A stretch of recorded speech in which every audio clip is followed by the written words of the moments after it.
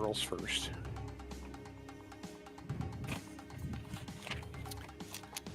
Here we go. And good afternoon, everybody. Welcome to SNSN's continuing coverage of the ECC Game of the Week. This is Mike Minarski along with Noelle Houle-Schwarz. I like the sound of that. You like that? Yeah, I did change. You don't want to be just Noelle Schwarz, or do you want to be Noelle Houle-Schwarz? Well, I guess my full government name now is Noelle Houle-Schwarz because I got rid of the middle name and put Houle there, and now Schwarz. Could be Noelle Houle-Schwarz. Could be a whole bunch of different things. I just got the Social Security card in. Don't make me go get another one. We are here at NFA. We have a double header on tap today. Trying to situate myself on these bleachers. That's okay. First game, well, both games are going to feature NFA. And then we are going to have a girls' game first at 5 o'clock. And then right after that, it'll be a boys' game at 7 o'clock. So it's going to be a fun night of soccer on a beautiful campus here at Norwich Free Academy. It's absolutely gorgeous here. Oh, And you get to see it every day. every day. I'm actually looking at my classroom right now. And you teach. Special education. Okay. Now, do you teach all grades or just? Yep. So I have 9 through 12, and I primarily focus in literacy, reading, English, all of that, writing. So that's my wheelhouse. I love it. I've been here. It'll be 6 years in January. And you teach. I'm just testing the stream to make sure. Okay, there we are.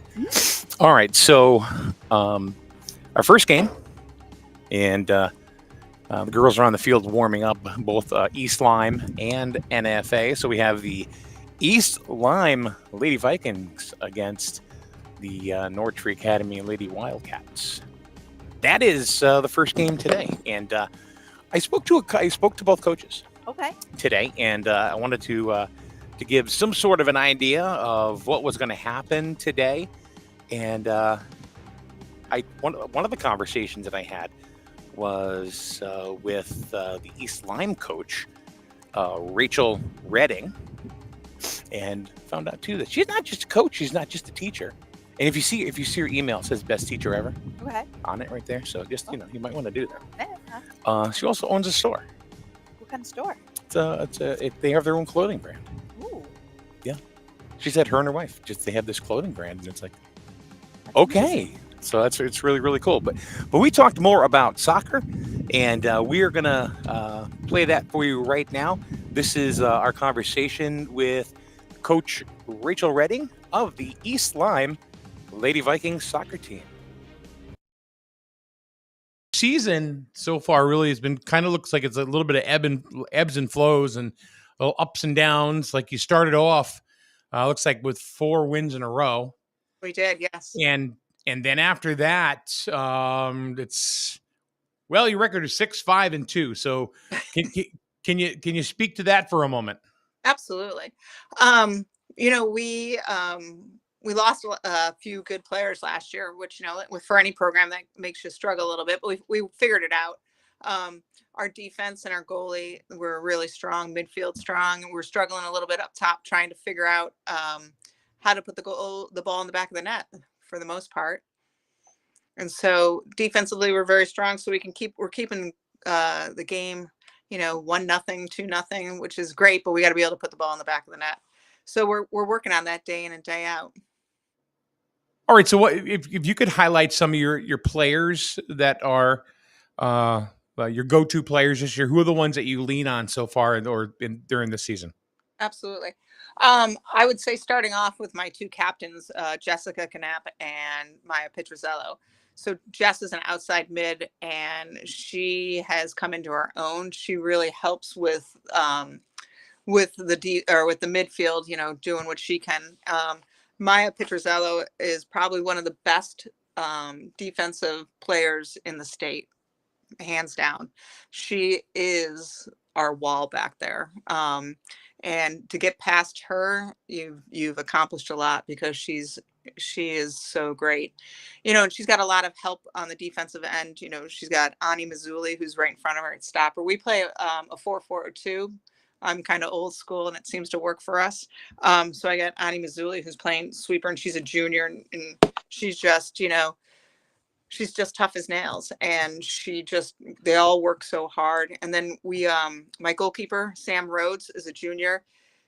Some of the saves she makes is absolutely unbelievable. I was talking to Wally Christensen today and about our game the other night against Waterford, and he was like, I haven't seen a female keeper make a save like that in years. So she's just amazing. And then we had a transfer in, Acadia Evans. Unfortunately for us, she's a senior, so we only get 1 year to work with her. But she's she's been holding our midfield together, which is a tough job to do. But she's been working hard and doing great things. Looks like you got a pretty good base of freshmen and sophomores. Yeah. Going in. If you were to pick a couple of players that you say, this one, this lady or this lady is really somebody I'm kind of watching. Yeah. Who would that be? Well, I got a couple of freshmen. I got Braylon Legg. She's come into it and starting playing hard, and starting to see some varsity time, which is great. I got Shiloh Nucci. She's a sophomore, and again, these guys I'm starting to get some time and minutes in the varsity level, so they can get a feel for what it looks like. And so we're looking at these guys and saying, all right, these guys can be the future to help us out, which is awesome. What's the big thing you got to stop when it comes to NFA? I mean, NFA is just, they're strong, they're fast, they're tough. We just have to be, we have to be on our toes. We have to be ready to go. They'll never let down. They're going to come at us and keep coming at us. So we have to be ready for it. They've got a great goalkeeping. They've got, their defense is strong. They're good all over the field. So we have to be playing our best, and I don't, like you said earlier, I don't think we've hit our stride just yet. And again, it's not how you start, it's how you finish. And I think it's coming. I think, with a win today, we will make things happen and start moving, in the right direction that we need to go in. All right. That was a conversation with East Lyme coach, Rachel Redding, and pretty good stuff. She talked about her team. She talked about some of her players that she counts on, and the biggest thing is she says they got to score. Yeah, get it to the net and get it in the net. Yeah, that's for sure. All right, we're going to take a quick break. We'll be back in a minute, and we're going to talk to Coach Iozia of the NFA Wildcats. That's coming up in a minute right here on SNSN Sports.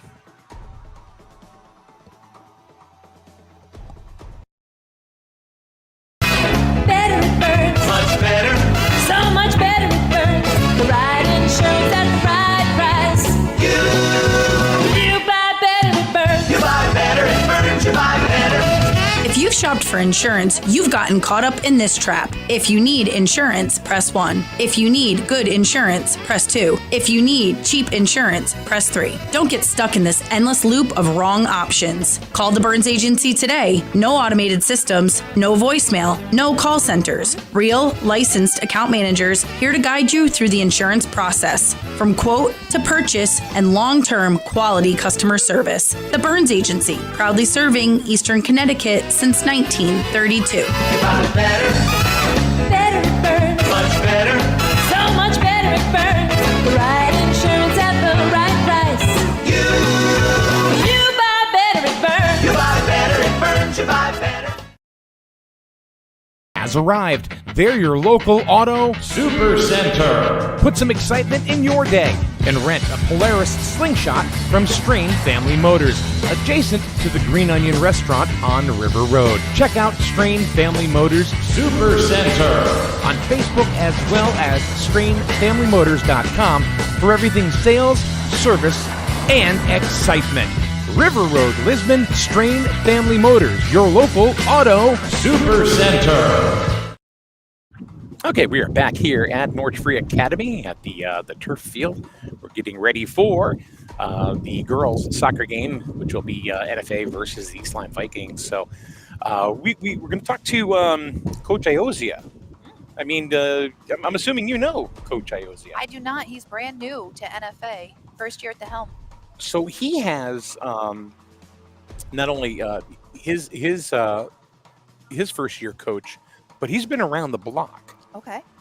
Good to know. as Coach Fabry has as well. And he's going to talk about that with us right now. Here's Coach Iozia. Today, before your game against East Lyme at Norwich Free Academy, let's get in, before we get into your team a little bit, let's get into a little bit about you and your assistant coach. You haven't, you've coached in other places than just NFA, like Mitchell College, for example. Yeah, so I started coaching as an assistant coach at Mitchell College. At the time, my father was the head coach. He actually started the program there in 1985. So he left or retired in the 90s. And then when I graduated from UConn, they had asked him if he would consider going back. And so I went back with him, and that started my career there. So I spent 6 years there as his assistant. And then that brought me pretty much right into when I got married and started having kids. And so I just took a step back time-wise. I just didn't have the time that was needed to dedicate to that. So I ended up coaching a lot of youth soccer. I coached my daughter throughout her years in youth, and then I was asked to coach Quinnebog Valley when they were starting up. They were just starting, and they wanted somebody who had an idea what was going on. So I went and coached them to start. And then my daughter got into NFA and started playing there. And I just really wanted to kind of watch and take a step back. And that was the plan until like May, when their coach left. And they put it out, they were looking for another coach. And I thought, I'd always kind of had wanted to go to the high school route, and, it just presented a good opportunity. So honestly, probably, the luckiest coach around to have him as my assistant. He coached years as a head coach at Lyman, won a state championship, went to, I think, 3 state championships maybe. Played in college, was a goalie. Great coach for anything, but especially for goalies, which is hard to come by. And he's just well known throughout the state. He runs a great camp every year in the summer up in Lebanon. That any girl I've ever known in my years of coaching youth, that's one of the stops they all make is to that camp, and I think they do a great job there. So he's great with the kids, and his daughter Jordan graduated last year. So coming in, I was thinking that he was going to be kind of done, but he's just super dedicated to the girls that are still there, and just in coaching in general, coaching kids in general, and we're just very lucky. I'm extremely lucky to have him. So let's get into your team a little bit here. Let's talk about your team captain. She's your goalkeeper. Tell us a little bit about Ava. So Ava is, she is my only captain that I took for this year. I had, honestly, and it wasn't for lack of having options. I just, there's a lot of girls on there that could have been. I sent it down to one that really stuck out at me. And I've known Ava since she was, in youth sports, and she's just a competitor. She wants to win. She is always looking to get better. And basically, even as a goalie, she wasn't a goalie as a kid. She was always played like a striker. And going into NFA as a freshman, it wasn't a position that really had an opening for her. And she wanted to be on that field no matter what. And they asked her if she would mind trying to play goalie, because they were going to be losing their goalie after that year. And she just bought in the whole way and, just owned it. Went to every camp, every training session she can go to. And in my mind, became the best goalie in our conference. For me, she did it really for the team taking that position, but just to have a kid, you know, kind of have the position that they played their whole life and be moved from it, but to just go in full steam and want to be the best at it. I think that's the best example of what a captain should be. And then get down. Number 3, Lila Hart. Number 5, Elise Jurgensen. Number 19, Jessica Knapp. Number 7, Maya Pincherzello.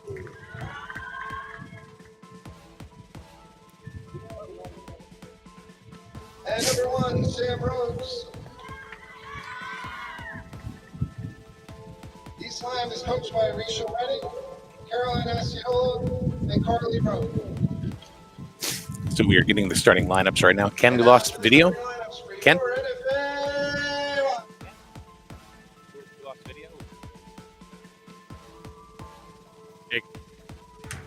Number 3, Leah Bertrand.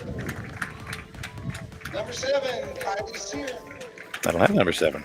Oh, there it is. Number Nope. 9, Opie Gibson. Number 10, Emily Whitten. Number 11, Sadie Danowitz. Number 12, Mackenzie Donato.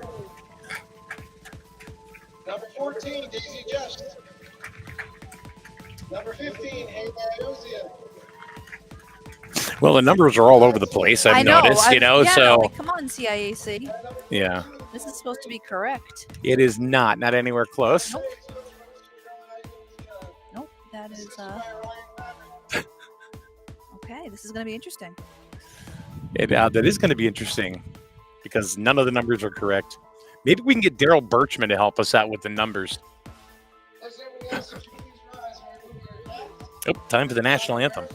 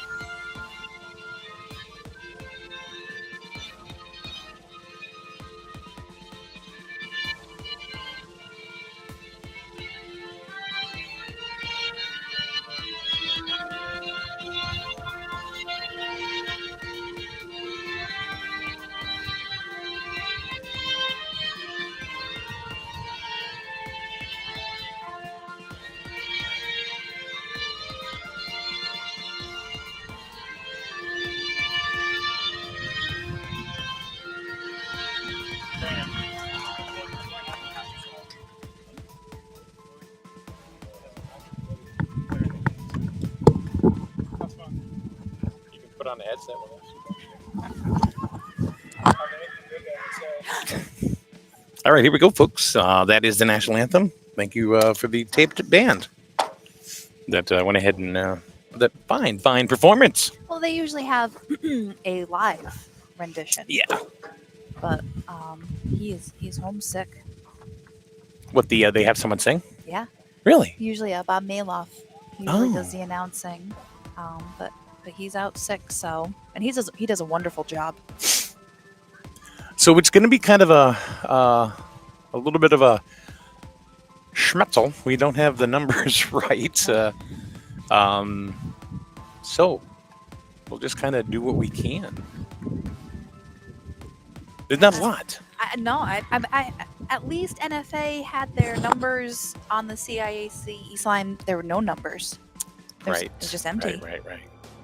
I tried to put some down as they were calling them, but yeah, Friday afternoon in Teacher World. Yeah, not happening.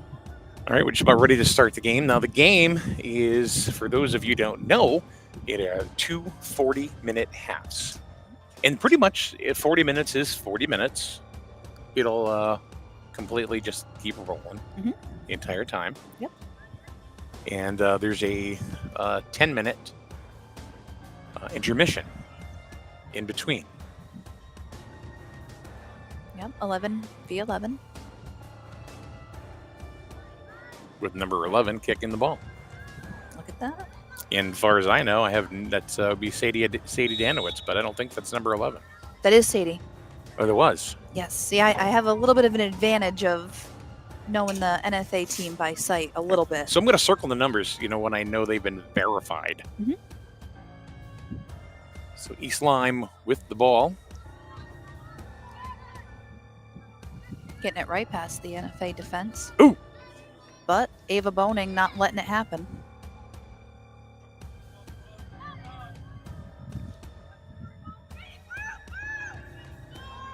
We got Danowitz up the middle with a shot.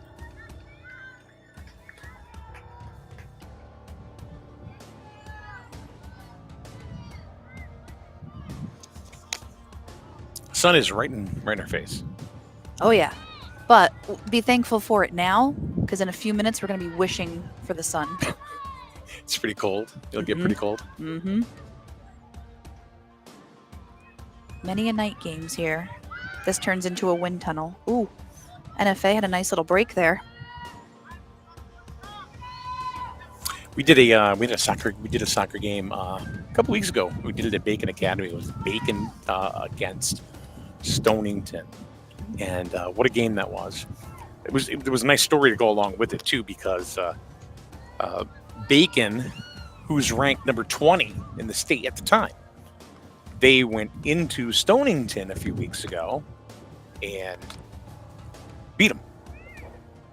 Major upset. No. Bacon's number 20. I mean, Oh. Bacon is The underdog. the ranked team. No, Bacon's the ranked team. They were Okay. ranked 20, so they went to Stonington and Stonington's house and beat them. Stonington came to Bacon to try to avenge that. Nobody thought. If you look at the numbers and stuff like that, not to put anybody down, but I'll tell you something. Stonington came to play that day, and they won 1-0. So Bacon thought it was just going to be an easy win. Those are always the best games to watch too. Oh. NFA seems to be controlling the ball Mm-hmm. a lot more than East Lyme at this point. Coach Iozia comes in with a record of 4 wins, 6 losses, and 3 ties. They've lost their last 2 out of 3. They lost to Stonington 2-0. They beat Old Saybrook 2-1. And then their last game they lost to Woodstock Academy 2-1. It seems like it's always it's like 1 or 2 goals. But East Lyme, on the other hand, they've lost 2 out of their last 3. They lost to Morgan 2-1 back on October 4th. They tied with Waterford 1-1 on the 7th, and they lost to Bacon Academy 1-0. So, but each coach that I've talked to said they got to score. Yeah. They got to score, and that seems to be the Achilles heel, so to speak. And as a coach, that's so frustrating.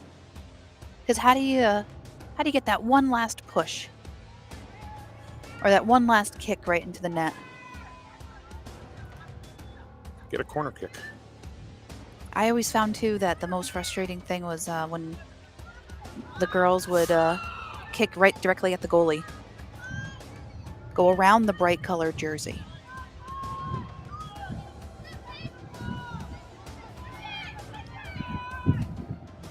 That's Emily Salick right there. Number 10. Oh, no, I'm sorry. I'm wrong. I want to say Emily Winton, but...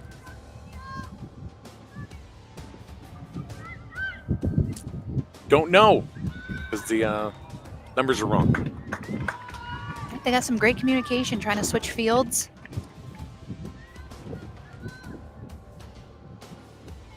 What a great panorama this would be. A nice panoramic photo. Oh, I'm sure we have some.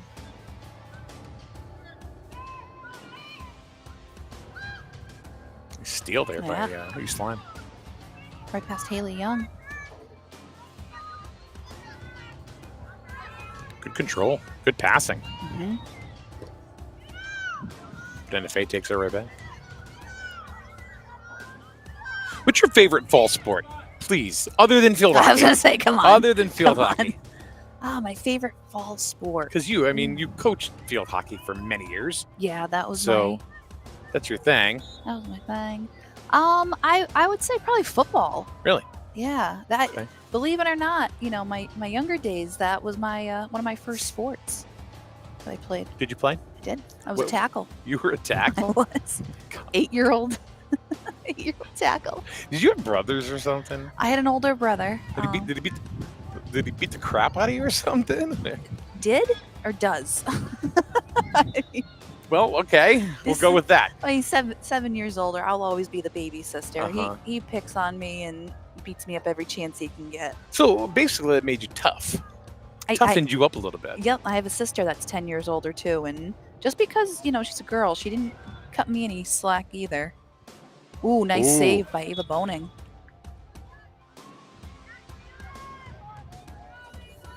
I know Ozia said that she's one of the best goalies in the conference, Oh yes. if not the best. Mhm. So here's my little story about football, just so you know, okay? You little toughie. So I played youth, one game. And I would go to the practices, and it was fine. And we'll talk about that in a minute. We've got a corner kick here for East Lyme.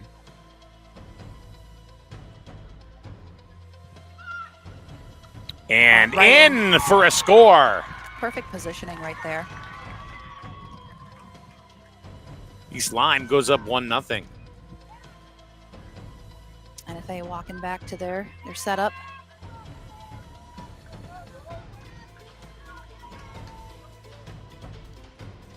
About 6.5 minutes in. East Lyme goal scored by number 17, Acadia Evans. Okay, Acadia Evans. I'm marking 17. I didn't get that one when they were doing the lineup. I missed it. Nope, we got a 2 now.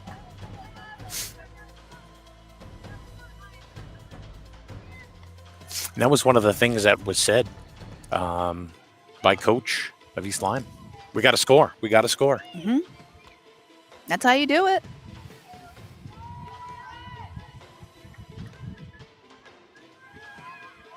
So you made it one game. One practice, one scrimmage. Yeah, I'll tell you in a second here.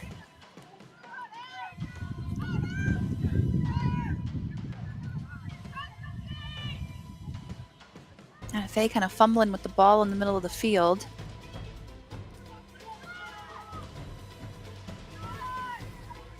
East Lyme aggressive, and they're right there. Every step that NFA's taken and every pass, they're swarming right to the ball.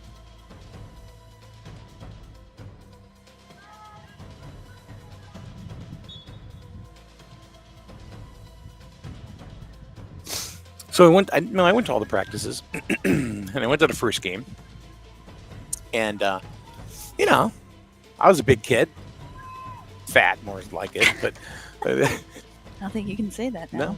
no, sure you can. I mean, come on, I'm not going to cancel myself. I mean, it is what it is, folks. So anyway, I went to the game. They put me in. I was a left tackle. And I played one play. It was against New London. And I got smacked right in the jaw and right on my tush. Oh, Coach took me out, never went back. So my mother goes, "What happened?" I got hit in the face. You gonna go back? Nope. Oh. That was the end of that. I got something about being hit in the face. I know. I can tell you why. And when I was 9, I got whacked in the eye. I was in the hospital for 2 weeks. oh Here my comes East God. Lyme again. Yeah, right on the side. Enough of my personal junk here. So all these stories are funny, though. Hey, I mean, Some of them are. at least you gave it a try. They're not all winners. No, I'm a wimp. I'm a wimp. You know what I find is that, the bigger people, we're just wimps. I grew up as a big kid. I can remember before one game I got stung in the eye by a bee, Ooh. right in the tear duct. Oh. And I went up to my mom and I'm like, I don't think I can play it. I can't see. And she said, "Can you see out of the other eye?" And I said, "Well, yeah." She's like, "You're fine. Get on that field." Well, see, all right. Now my mother did the same thing. Okay, so Ooh, that nice block yeah, for Ava. number 10 is Ava. So the goalie is Ava Boning. Right. That's number. But she- Who's number 10? Because she's the one that kind of blocked. Emily blocked it for Ava. So when I was 9 years old, playing football in the backyard, I got whacked in the eye. And all I could see from that night was a big blotch in front of my eyeball, right? That's all I could see. And, of course, I'm cuddling up to my mom because I was a cuddler. And people are home going, "This is soccer, man." Anyway, she's looking at it, she goes, I said, "Mom, I can't see anything. Can you turn that light off? It's hurting my eye." And she goes, "No." She goes, "Stop being a wimp." I said, "But Mom," and she said, "You're going to have a shiner tomorrow and you'll be fine. Suck it up." Mhm. The next day, had the same problem. Went to the eye doctor. Boom. Sent me to an eye surgeon. Boom. I was in Bacchus for 2 weeks. Oh goodness. So it wasn't just nothing. You weren't No, just fine. I had internal hemorrhaging in my eyeball. Oh my gosh. Almost lost my eye. Yikes. My mother was so upset with herself. Well, I can imagine. Of course, I went, "Way to go, Ma." No, it was 9. I gotta tell you, these girls out here are pretty tough. They're very aggressive. Yes. I think sometimes the girls are more aggressive than the guys are. Mm-hmm. I mean, just watching, East Lyme, NFA try to meet at the ball to gain possession one way or another. A little more than 10 minutes into the match. NFA trying to barrel down. Oh, they got a shot. Oh. Saved by their goalkeeper. And we don't even get positions over here either. No. Okay.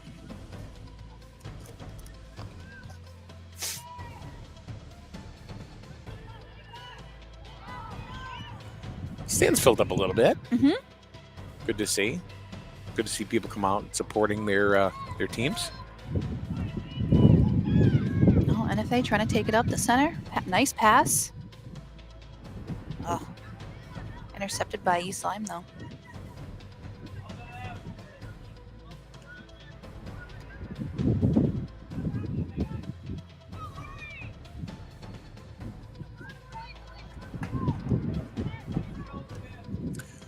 Quick goal at about the 6-minute mark by Acadia Evans. Yeah, and we're seeing most of the play right now, right in the center of the field.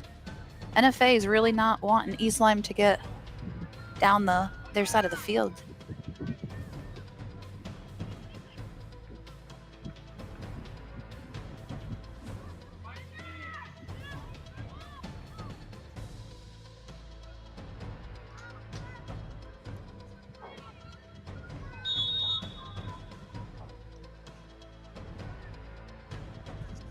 Is that an offside? Okay. I believe so. Probably not going to see a green card or a red card here, huh? No.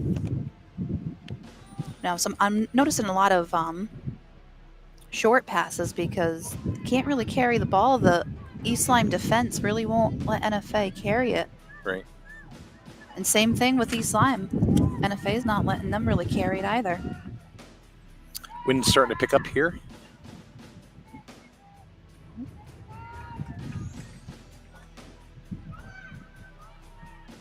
You're at Norwich Free Academy.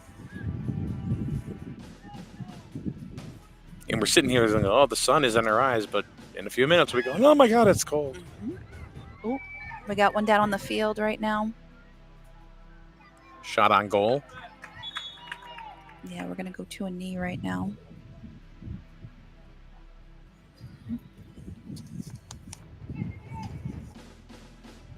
With that being said, we are going to be picking a little bit later on. At the end of the contest, we'll be picking the Capital Property Group Player of the Game. So that will be a little bit later on when we do our post-game interviews. Who's it going to be? Well, we're going to find out. It's going to be the Capital Property Group Player of the Game. And that'll be at the end of the game. We'll do the same thing for the boys' game as well.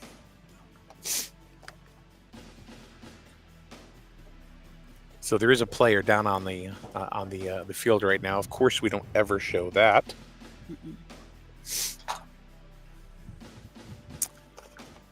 Also want to thank some of our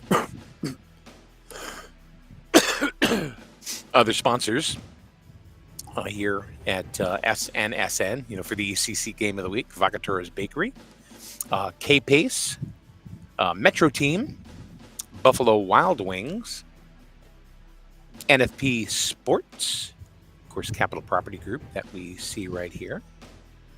Let's put their logos right up there so you can see it as Vacatura's, Kelly's Pace in Mystic, New England Awards, Metro Team Sports. There's Wild Wings, Buffalo Wild Wings, NFP Sports, Game On at Mohegan Sun. You can become a sponsor too, by the way, if you'd like. The Burns Agency in Norwich and in Dayville, Capital Property Group.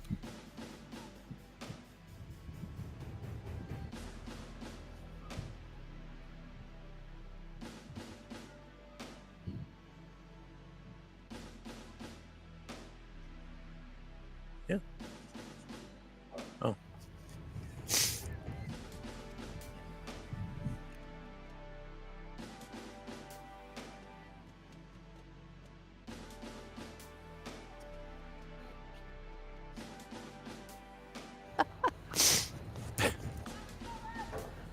We're actually going to get grinders, and of course, like Noelle says, I got dinner waiting home. I'm like, no. I mean, I cooked it. Joe will heat it up for me, though. Aw.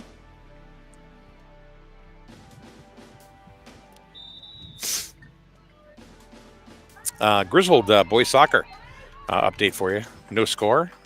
Griswold against Valley Regional, end of the first half.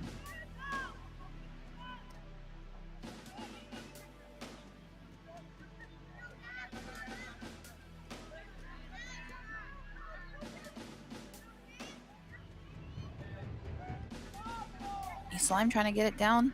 NFA off to the side, but it's East Lyme's ball right now.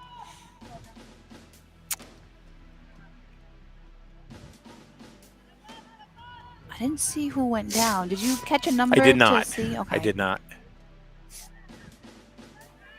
I was trying to multitask by watching the field and the bench to see if I could find the jersey number, but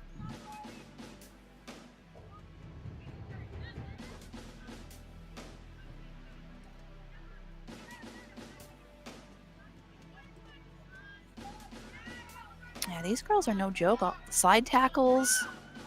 Oof. Got a little breakaway right now by East Lyme. Stopped by NFA's number 3, Leah Birchman.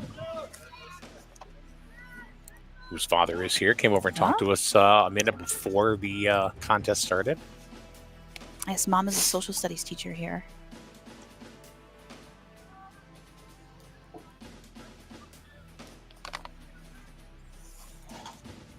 So we're going to be here for both games. Myself, Mike Minarski, and Noelle Hool Shores. May And the Ken. shores be with you. And Ken, the cameraman. He's behind the camera. You didn't see his wave. But he did wave.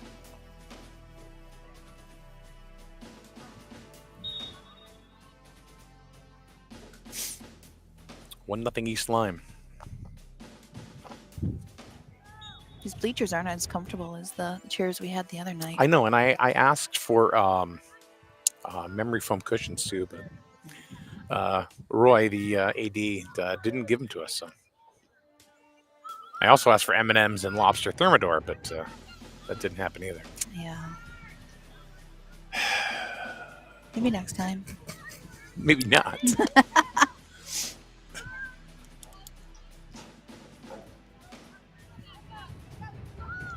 was funny because I actually Oh, NFA. NFA's got a and what a in. goal. NFA ties it up at 24-45.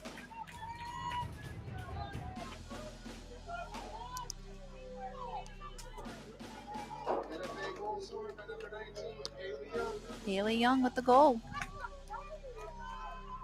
Number 19.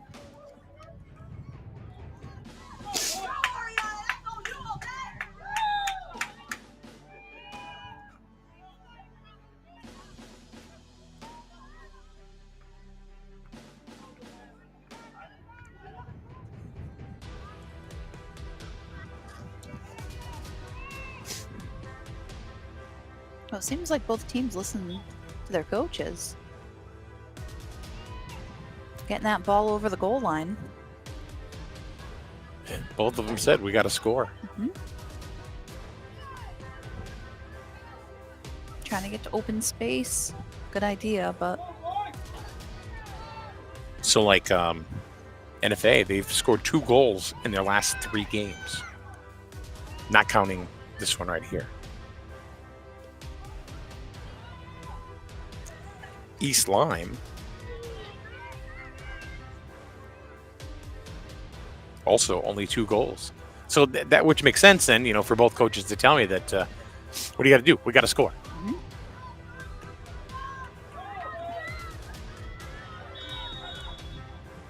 oh, I got a whistle. I didn't see what that was for. I did not either.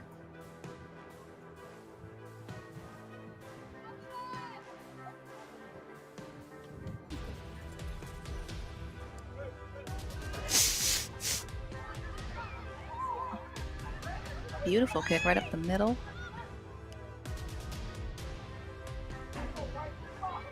NFA has definitely controlled the ball more so than East Lyme has. Yes. Very physical play. Yeah. Oh, yeah. That was a full-on body check by number 3. NFA's number 3. Some substitutions coming in.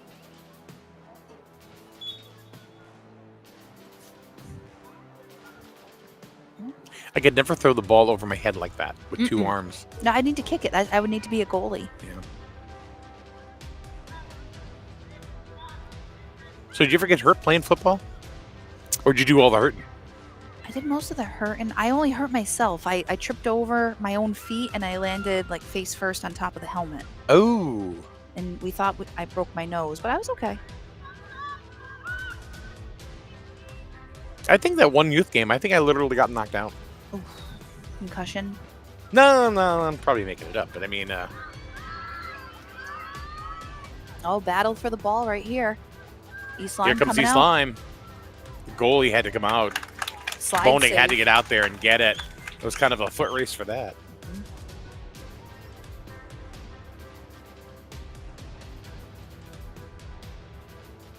Definitely obvious that her defense has good communication and trust between the two. They backed right off, let her do her thing, and they went right to the goal to be her backup. Oh, yeah, Leah Birchman not letting them past.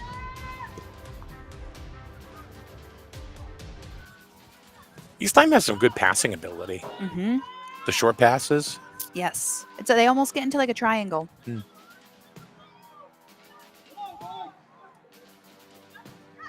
See, just like that.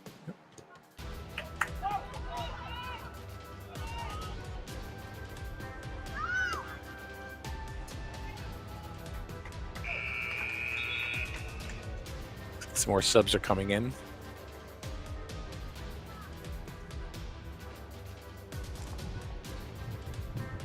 Number 23 for East Lyme going out. Unfortunately, we don't have numbers.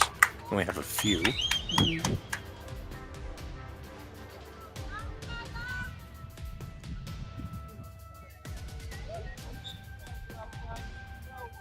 Seems as though when East Lyme is making their passes and getting up the field, they almost have the communication to make that play.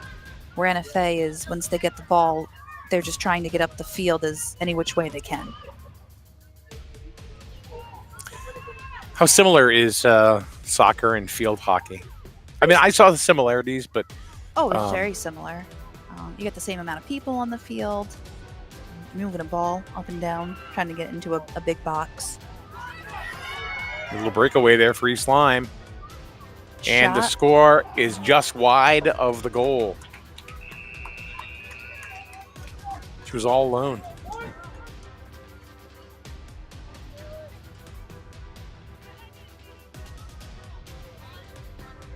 Yeah, it's absolutely very similar. I don't know why I kind of gravitated towards field hockey. Maybe because you had to carry a weapon or, a stick, I guess. I mean,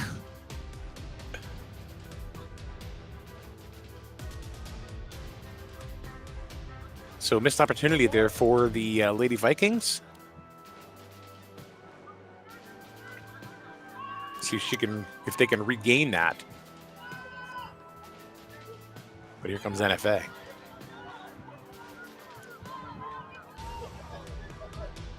Pass was too far ahead. I've seen most of the game right in the middle here. We've got perfect seats for this. I know some people. I don't know anybody. This is another ECC game of the week. We have multiple. Oh! The goalie went up, take the save, and landed on an East Lyme and NFA player. We have multiple games of the week now. That's amazing. 2 today, 1 on Monday. Was it Monday? Mhm. We were at Montville High School. Yep. Volleyball. Yep. That was a lot of fun. That was fun. If you like sports, I'm telling you, there are so many great sports that you can watch in the high schools right now.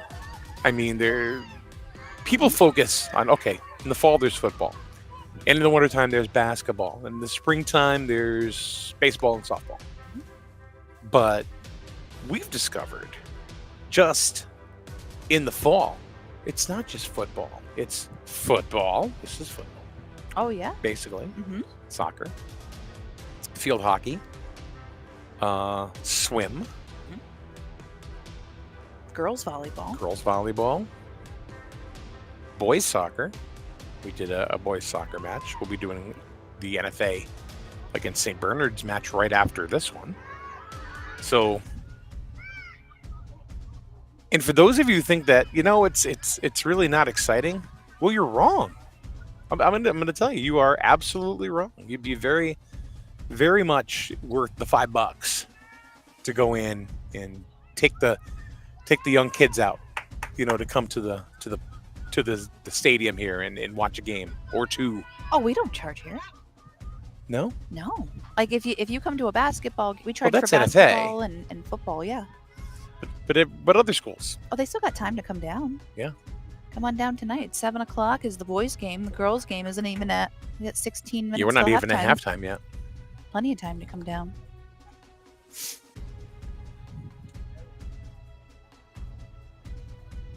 Oh, I think we got a shoe loose.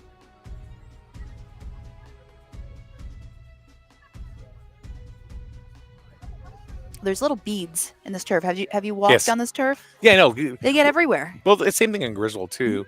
Because theirs is like the newest or the newest field, the turf field that's out there. Okay. Just behind Killingly. I was gonna say Killingly is very relatively new. Yeah. I forget what the thing is for the beads. I forget what it is they actually do.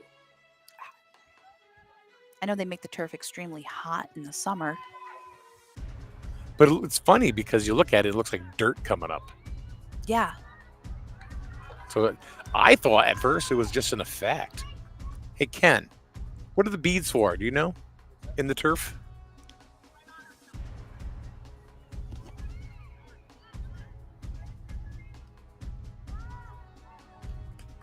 I can tell you my washing machine definitely doesn't like them.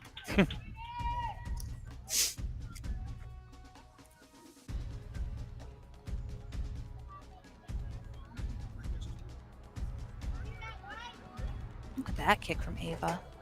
Right past the 50-yard line. Trying to give NFA any boost she can to get it past the East Lyme defense.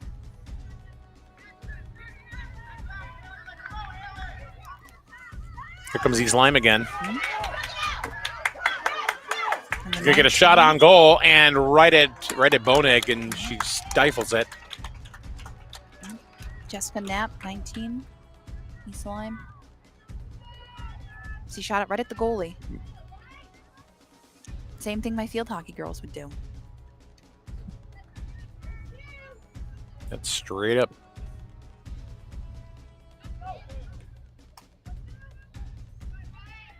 I'd be too afraid to use my head that I would end up knocking somebody on the field.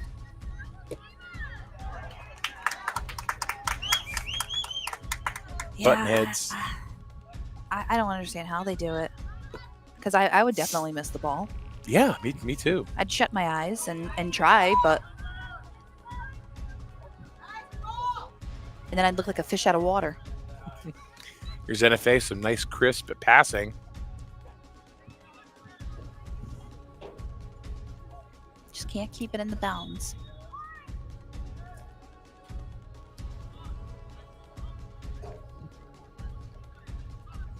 Anyway, girls soccer is so much fun. Like, I became a fan watching the Stonington Bacon Academy game. Yeah. It was a wonderful game. It was a great game. Very defensive game. And one team seemed like they were going to give up. And then Stonington thought they were going to give up. And it was just, they would get tired. And then they had the last ditch efforts. It was really exciting. It was exciting to watch. Paul De Castro, that's going to be here for the second game. So we actually have the third headset set up. He was at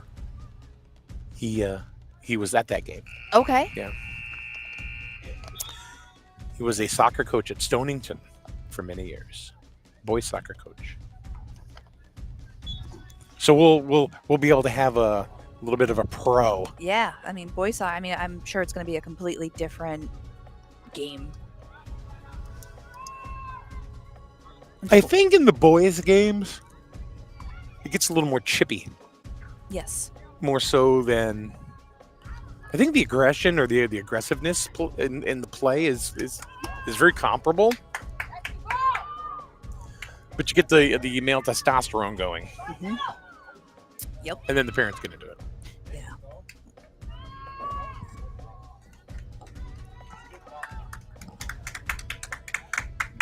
East Lyme's goalie looking for a hole to send the ball to.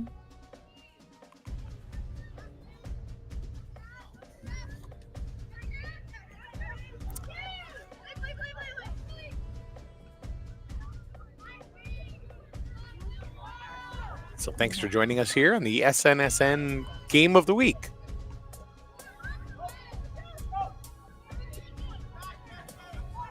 NFA just can't. Oh. There we go. Finally. They just couldn't get it past the East Lyme defense for a few passes.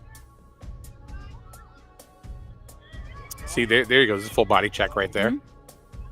They're very aggressive. Yeah, you can't do that in field hockey. You can't really check. There's no We contact. could, but you'd probably get in trouble. Yes.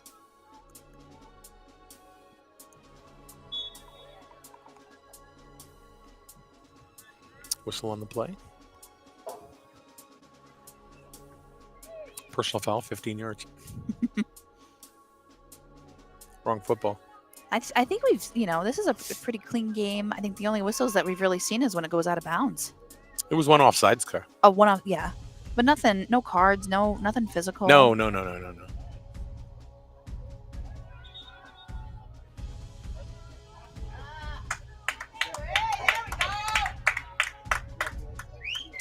fans really like that call.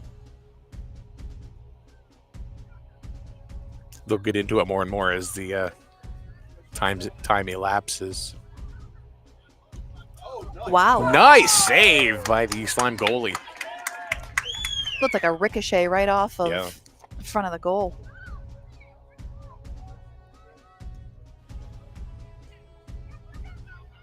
And just like Bonig, she gets it up, well, but actually ends up past the midfield mark. That was nice. That was footwork. nice. That was nice. Right in the forehead. Right. Right in the forehead. She welcomed it. And then she checked. Like, nothing phases these girls. No. They're fearless out here. I find in most girls' sports, they're fearless. Mhm. Once they get the possession of the ball, it's like they have a target on their back and they just get swarmed. Yeah. NFA again, still controlling the ball. Powerful kick. Too long and wide.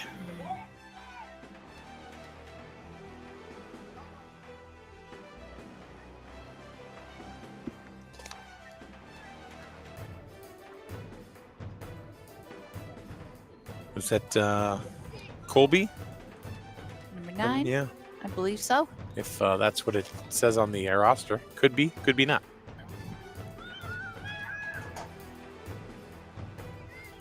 Oh, NFA trying to get an opportunity. nice interception there. That really kind of stopped the play by number 13 from East Lyme.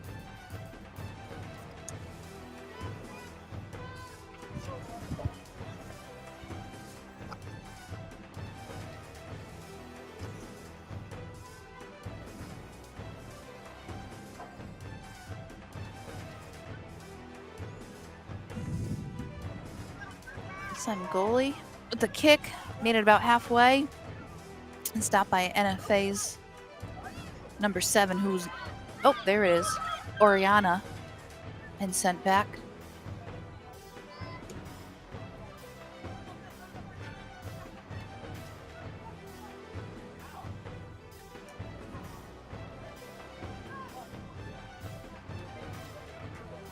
Out of bounds for East Lyme.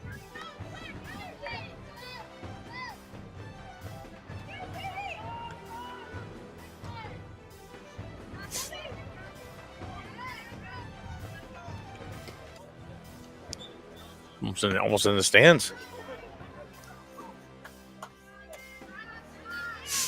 Hey, they got some good help on the sidelines, it looks like.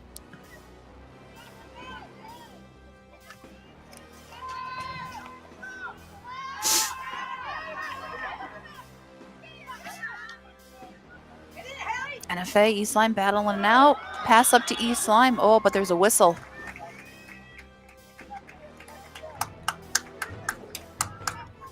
I could feel the momentum from East Lyme as they were trying to drive it down the field.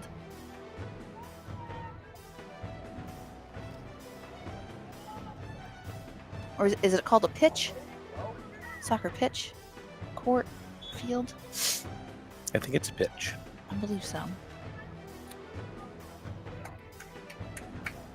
Yeah, I have a relative that owns a soccer academy in Texas.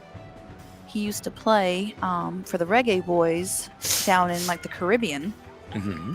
and he was a wicked famous goalie. And now he's opened up the school, and he posts online all like the lessons and the kids playing. It's amazing. So he used soccer as his way. He wasn't born in our country. NFA's got a shot. Well, stopped by East Lyme's goalie. So that's about the extent of my exposure of soccer.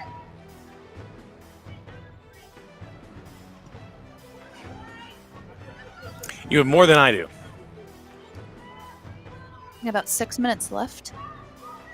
It's still tied up. Oh, we got a tumble. And NFA and East Lyme just keep battling it out.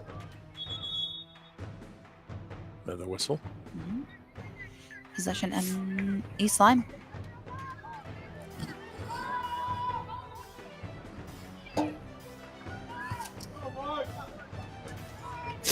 Not a cloud in the sky. You can see the moon.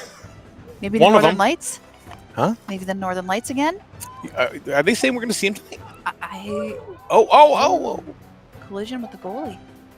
And pulled her out of the goal, but good thing for Oh. NFA. No, not good thing for NFA. Well, no. I don't mean that for Ava Bonig. I mean, good thing for NFA. They had nobody from East Lyme was over there to kick it in the goal. Yes. But Bonig Is down. kind of wonder if she got the wind knocked out of her. Well, she had two girls just Plow into her. land on her.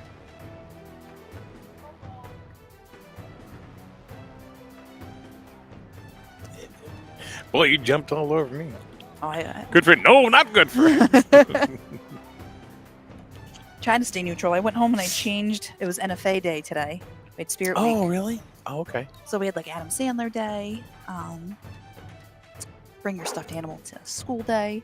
Oh, I would have loved that. And today was red and white day. So I was red and white, and I can't come NFA colors. I went neutral. Gotcha. But yeah, I'm in blue.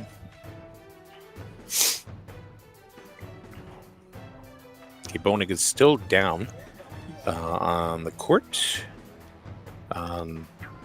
ECC Game of the Week brought to you by the Burns Agency, Grizzled Pride, Grizzled Dental in Jewett City, Capital Property Group, Strain Family Motors, Dean's Corner Diner on Main Street, Rubino's Full Circle Restaurant on Route 138, Mohegan Sun, Domino's Pizza, Vacatura's Bakery, Service Station Equipment, Irish Springs Pool Water, and please follow us on all of our socials at SNSN Sports. So, one of the things that Irish Springs Pool Water is wanting people to know that Griswold, the town of Griswold, is going to be having their snowflake parade. It's a light parade, with a whole bunch of stuff. Up until like It's last that time of the year already. yeah, Oh, up until yeah. last year, there's been so many people were in it, but mainly just from town. They want to get people from different towns. They Spread the want word. people from they want marching bands from. I'm on the rec commission, so it's like let's go. Let's get some marching bands. Let's get some organizations that are not just in Griswold.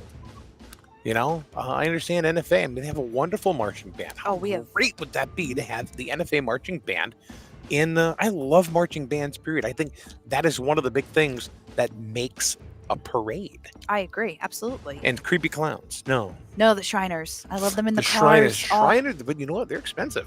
really? Like $500. Something like that to Wow. get the Shriners. Ava Boning is up and walking off the field with some support. It's always good when you see, any high school athletes or any athlete at that walking off on their own power. Yep. So yeah, get a hold of the Grizzled Recreation Director Ryan Aubin at director@grizzledyfs.com, or you can always send a DM to me. Or better yet, send it to Noelle and she'll Heck, forward it yeah. to me. Why not? That's not creepy. I don't have a Facebook, but I have Instagram. There you go. All right, getting ready to restart the game at 14:48. All right, it looks like 34:48. Excuse me. I don't do math apparently. no, and I don't teach it, and I'm off duty this weekend. Trying to see who we have in goal for NFA now. I'm not mathing.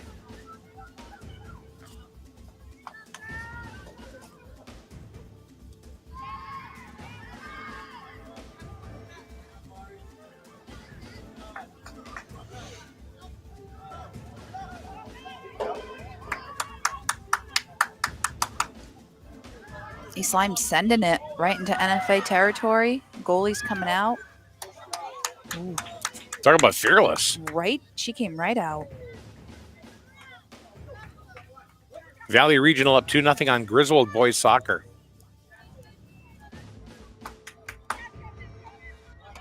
one scoring update for you. Any football games on tonight? Killingly and Guilford. No, that was last night. There not many. I think there's some. Is it because it's homecoming? Yeah. A lot of teams have buys this week. Like Grizzle, they're playing tomorrow Yep. at that Bacon Academy.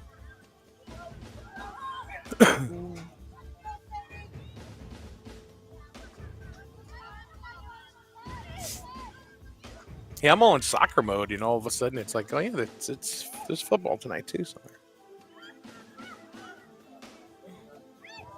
NFA is really showing some grit right now. Not giving up. Some really good passes.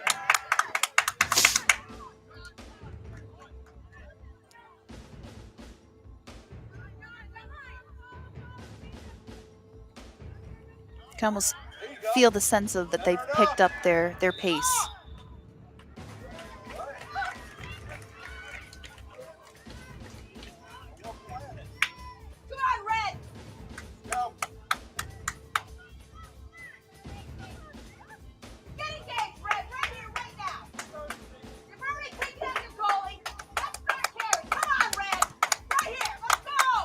Let's see what who's on tap for football tonight.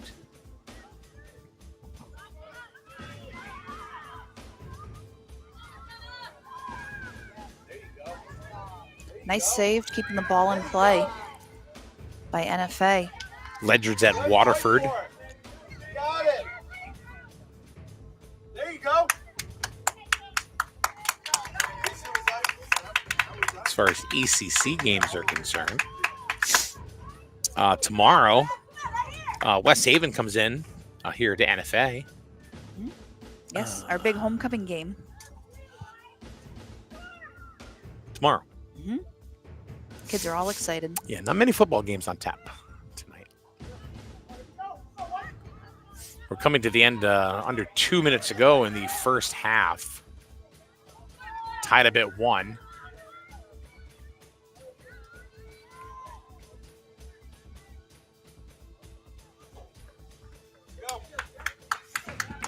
NFA and East Lyme. It's been a good game. I don't see it slowing down either. After NFA's goalie got that hit, they seem a little fired up right now.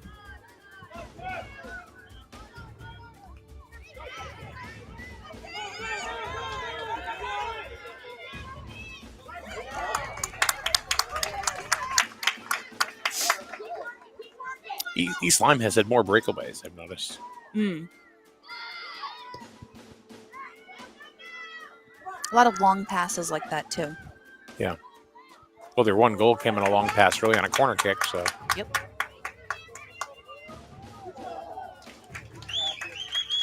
It was a long shot on goal, about 30 yards.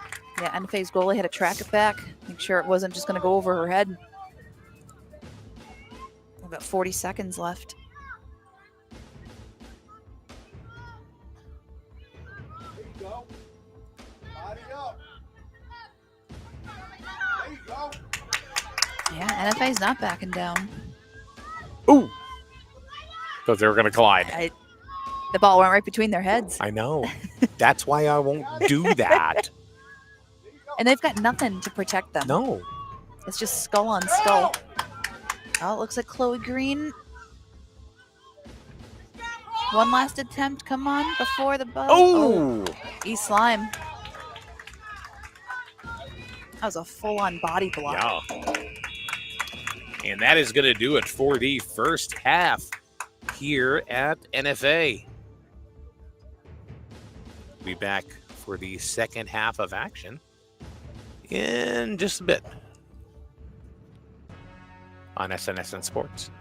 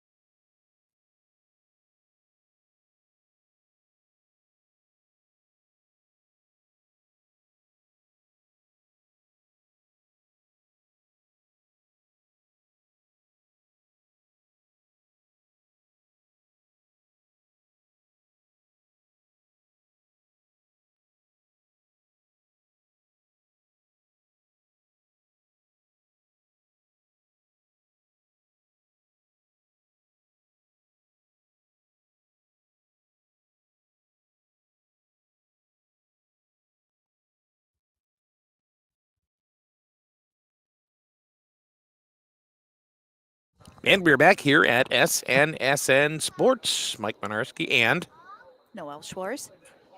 may the shores be with you. May the shores be with you as well. And Ken, the cameraman. Right now he's Cashew Ken. You made it. Thanks, dude. Oh, You snack were time. joking by I a told you. tub of cashews. No, my stepmother gives me these. She goes to the store and gets them. I love cashews. Here, eat up, girl. Oh, thank you. I just had coconut cashews. Oh, is that what you had, cashews? Mm-hmm. I thought I had inspired you. Kinda. I think that was because it was available. All right, here we go. Starting the second 40-minute half. And then right after this, the boys' game start I see them warming at up 7 on the, o'clock. Yeah. they're warming up over there in the Shattuck Field. Some of the St. Bernard's kids is already here. 1-1 is the score. Both coaches said, yeah, we need to score. So both teams scored one.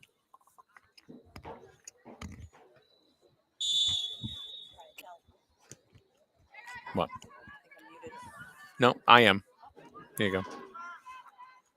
I think that's probably what the coaches were telling them during this halftime. You got to get a couple more. Wow. Oh, What a way to start off the second. NFA's number 12, Daisy Jeffs. Wide shot.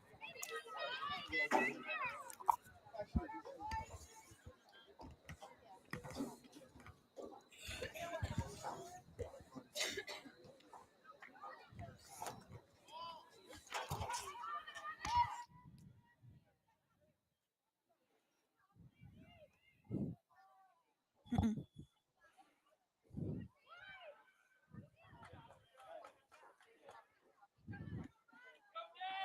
Here we go. Oh. NFA's goalie just beat out East Lyme's offense. Yeah, that was a great save. East Lyme seems like that's a lot of their strategies to pull the goalie out a little bit. Nice cross field pass by NFA.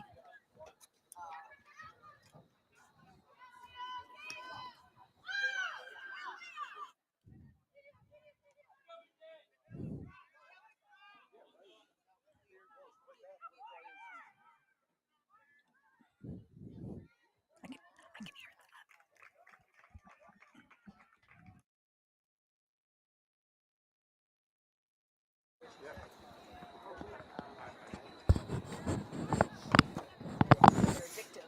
Can't eat crashers on the air.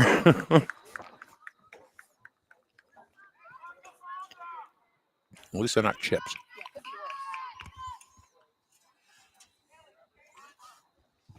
So this is how East Lyme scored their first goal. It was on a corner kick.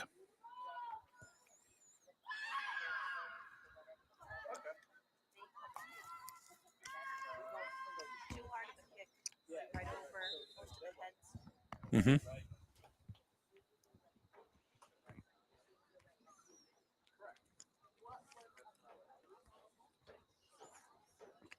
Just sailed right over. Mm-hmm. The first time they were successful because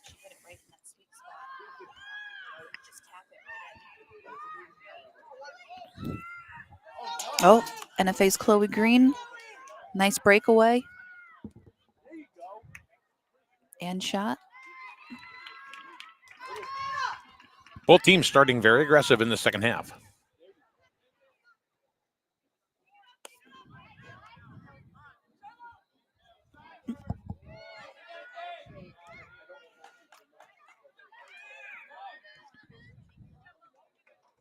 Like I said before, there's no fear. They just stop right in front just to get the ball.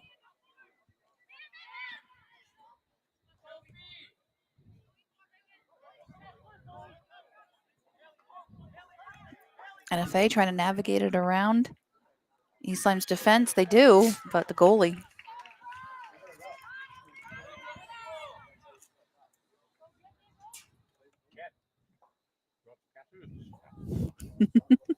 I have a lot of them. Cashew Ken wants no cashews. Mm-mm.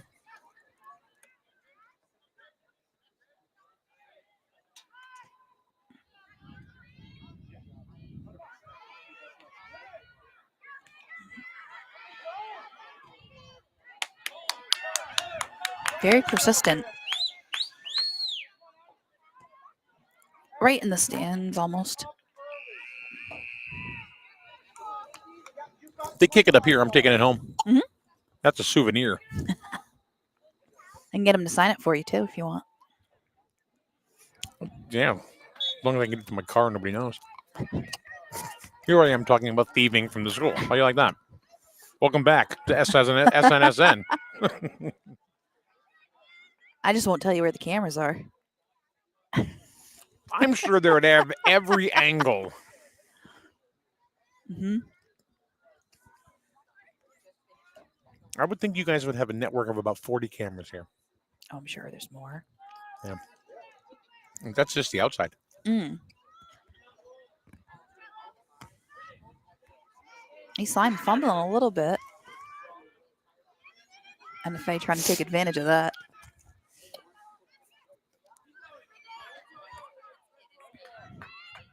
See, one thing with soccer, they can swarm up to a girl. It doesn't matter how many versus how many. In field hockey, you can't. That would be called third party. You can only have 2, right? It can just be like a 1v1 Okay. type of situation.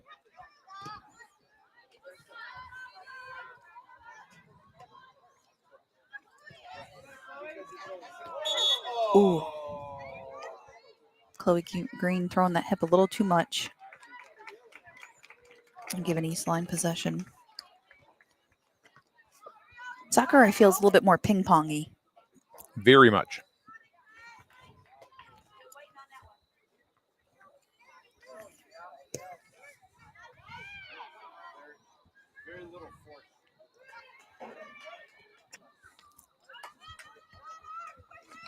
It's funny because that's what I said to Ken last time when we did a Wyndham boys game against Woodstock Academy. I said, I even put it up on my Facebook status. I said, camera during soccer is like playing pinball.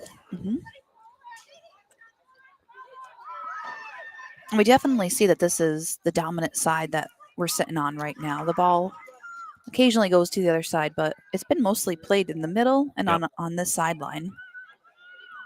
No, is that just the way they play, or is it just by chance?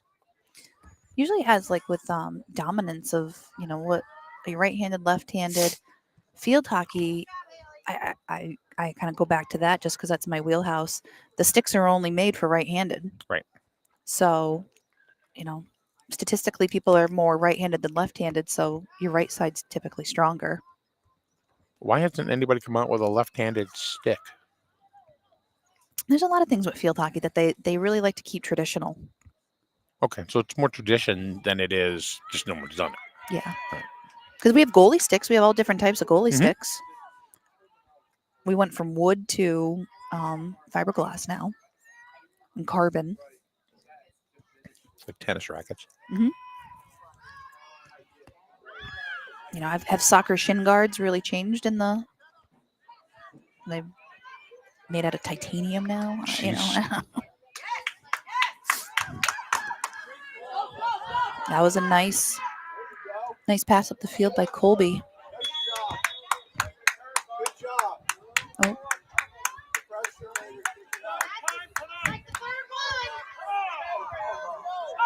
Oh, looks like NFA's Chloe Green is getting a card. Green with a green card. Green with a green card. See what I did there? I like that.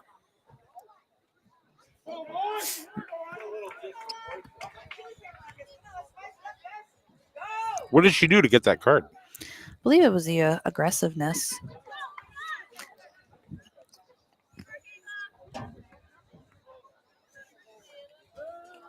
And the crowd doesn't agree. No. Especially when you got stared down by that guy.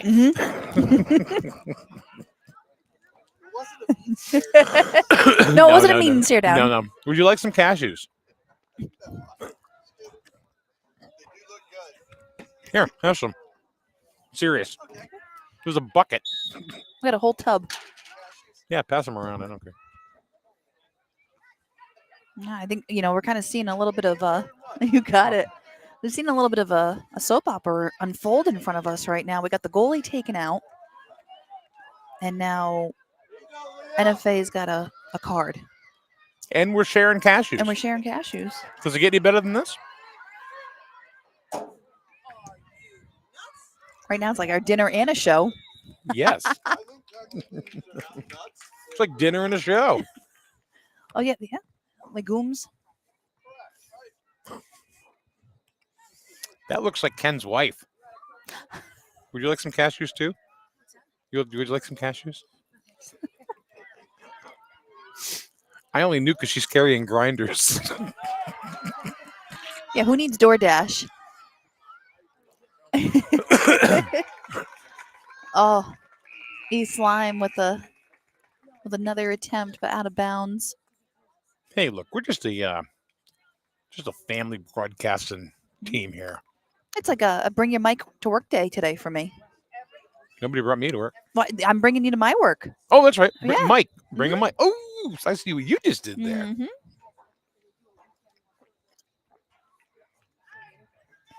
All right, too many cashews. I need to drink. Another corner kick, another opportunity.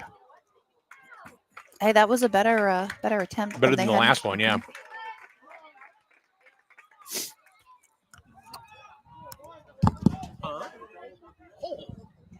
Not at all. You're perfect.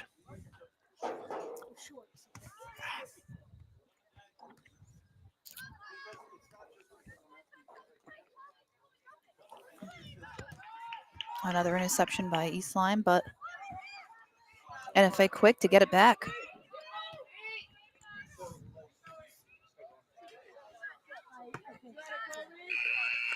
So what does a green card do? I think that basically takes them out just for a couple of minutes. It's not an automatic rejection. I believe a yellow card is 5 minutes out. So this might be like 2 or 3 minutes.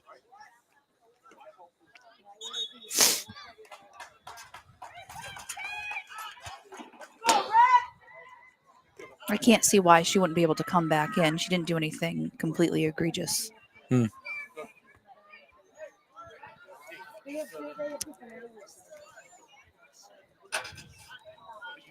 Are they down a player? No, the sub did come in for her.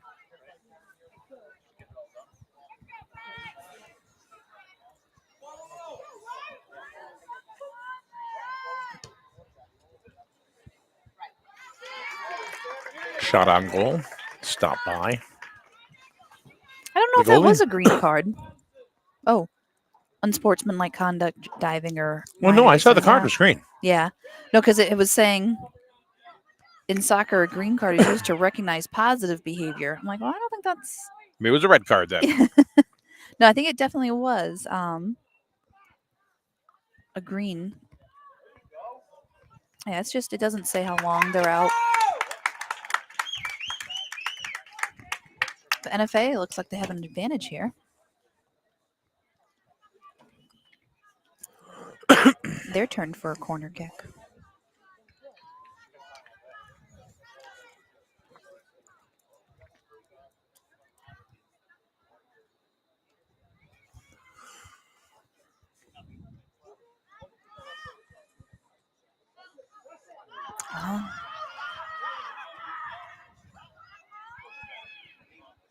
Oh, there's still a Here chance. they come. Here there's Oh, that goalie said no. with authority. Mm-hmm. And threw it and got rid of it. Yeah. In a hurry.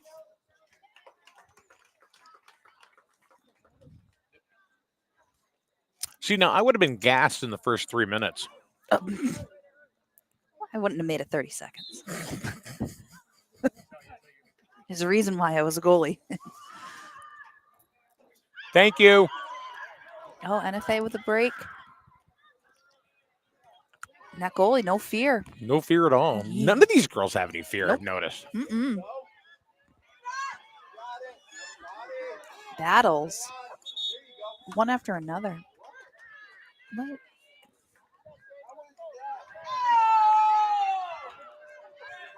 Fans are getting really upset with some of the calls that are Yeah, being I made. told you, second half, they're going to get chippy. You're It's absolutely going to right. happen.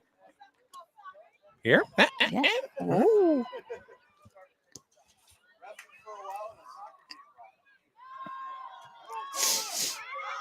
I'm used to being on the other side of the sidelines.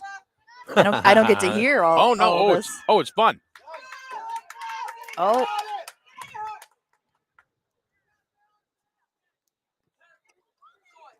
Yep, Chloe's back in, so definitely didn't sideline her for very long. The NFAs better hurry up and get back there. East Lyme's coming up hot.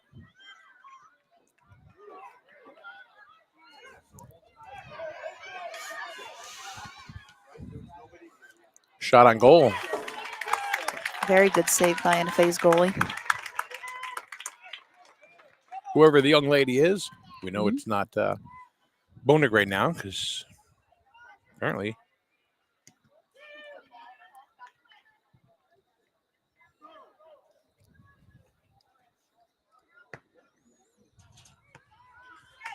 Got this. There you go.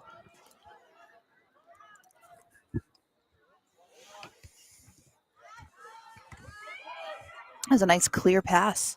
Mhm. East Lyme just a little short to get there, though.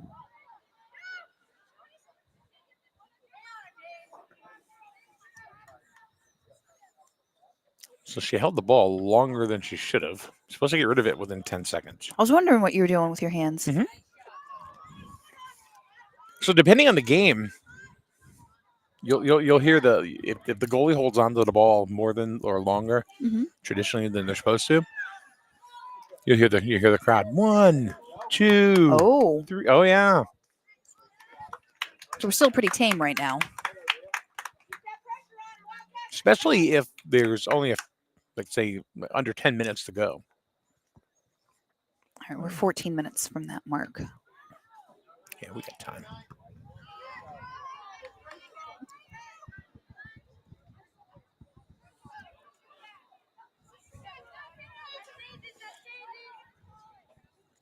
NFA taking an extra precaution to make sure that they're not getting carded for any type of unsportsmanlike behavior or aggressiveness. East Lyme trying to get it out, clear it out. Cleared it out of bounds. Here comes NFA. Quick, too. Mm-hmm. Center. Feel the pressure. Oh! Wow. What a kick. Did you hear it bounce off her Yeah. hands? Wow.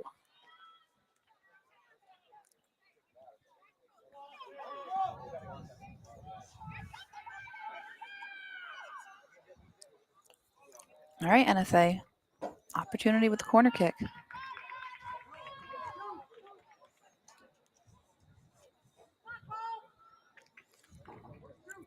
NFA and St. Bernard's boys soccer to come up after this one. Doubleheader. Ooh. Almost kind of squibbed in. Yeah, nice save. That was another slide save by the soccer goalie.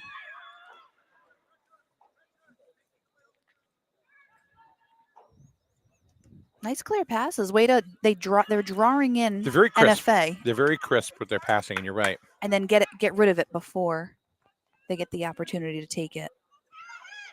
There you go. Stay back, stop.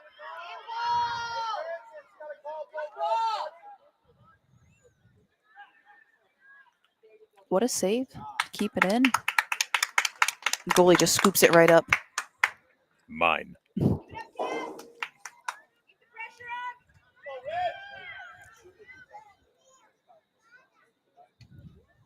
No timeouts by the coaches either. Mm-mm.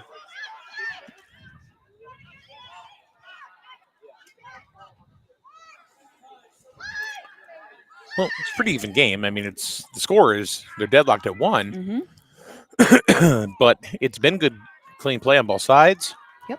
They've both been aggressive. Starting to see the shift. What of do you play. coach to, right? Well, they were stuck. It was almost like they were locked in the middle for a good portion of the game. Now I'm Mhm. starting to see, Spread out a little bit. yeah.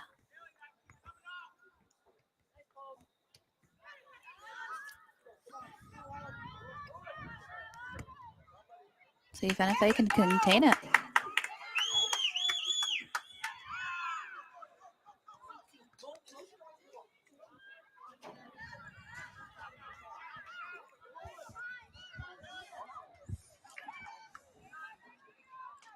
Slime just couldn't keep it in. That was a nice little 2v1. Mm.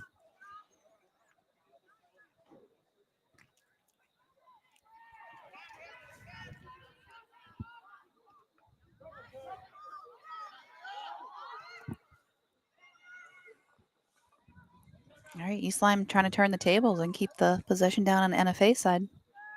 Yeah, you got mosquitoes already. I think it's the cashews that are attracting them. Uh-oh. No, I'm kidding. I'm kidding. Darn it.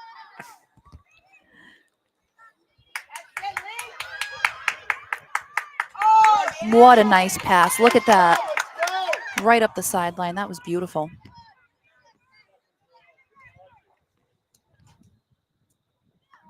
Ouch. Leah just takes it. I know. And they- I mean, it's not like Oh. it's a Nerf ball or anything. No, I'm sure this hurts.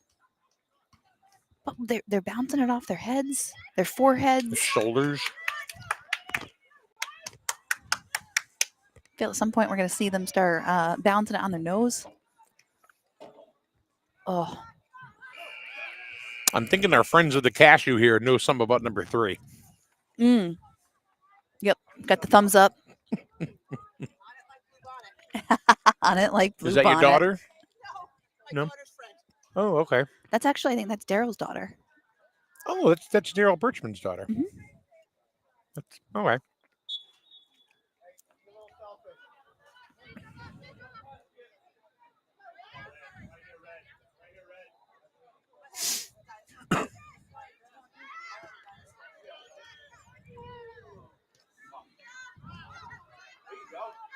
And the Faye girls just seemed like they lost a little bit of steam right there. They were watching the ball more than playing it. Yeah. I think they're getting a little frustrated. You can tell by the body language. They're getting mad.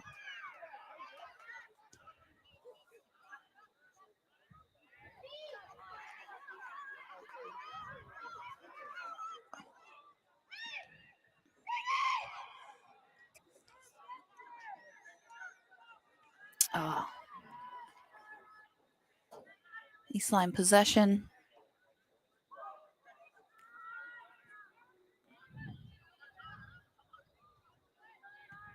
The self-control to keep their hands down too.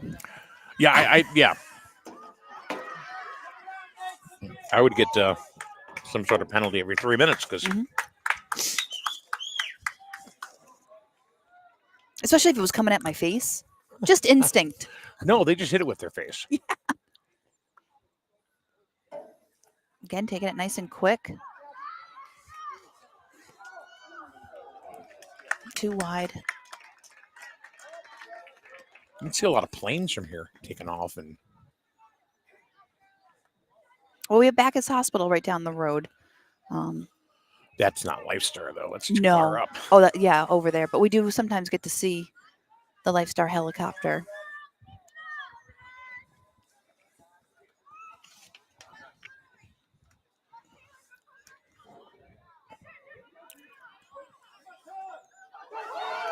Oh, East Lyme's got an opportunity to break it away, but And if they had numbers, is that Leah?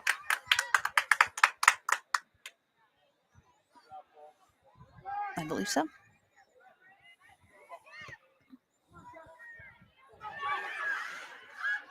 Ooh. Nice save by NFA's goalie.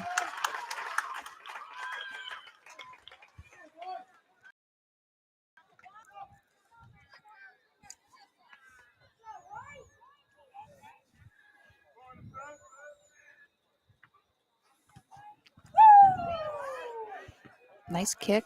Made it half past the 50.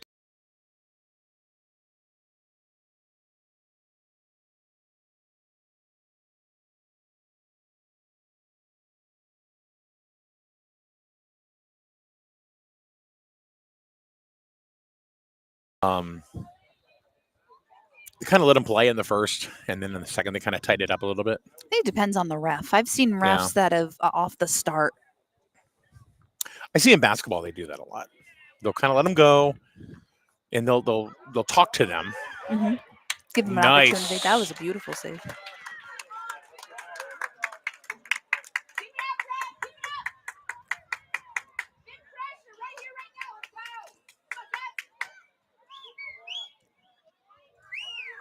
I mean, at the varsity level, a ref should be, things are just expectations at some point. Whereas if, you're a JV ref, kids still might be understanding the game and learning.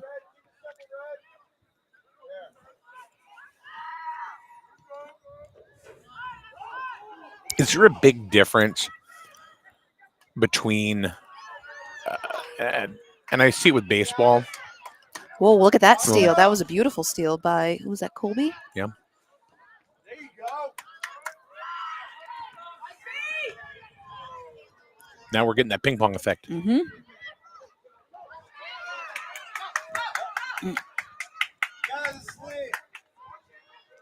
Leah Birchman, perfect positioning again.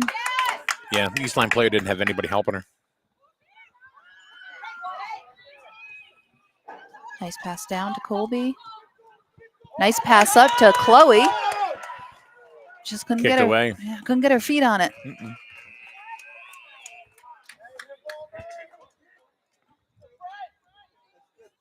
How these girls are not gassed, I don't know.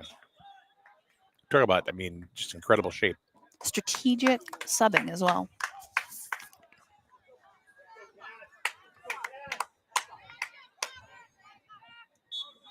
And when you're in real desperation, you use a timeout and you just let them breathe.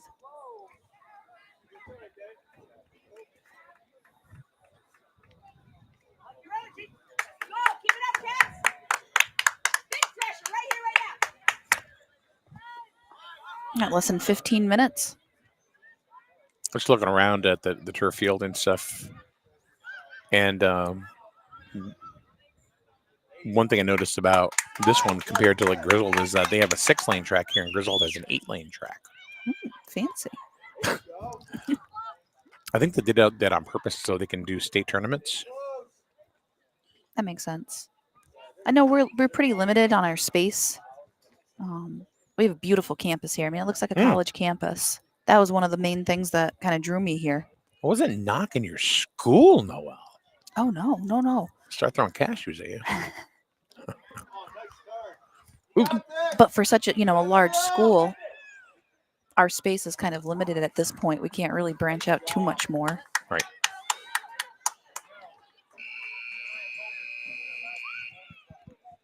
This kind of reminds me of like Camden Yards.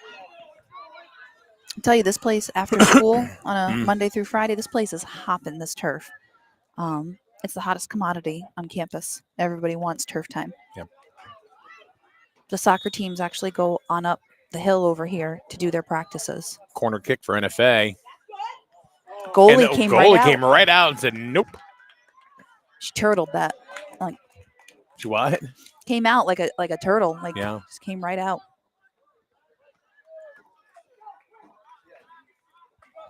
You can see the boys soccer team over there chomping at the bit on the fence behind the net, behind the bench.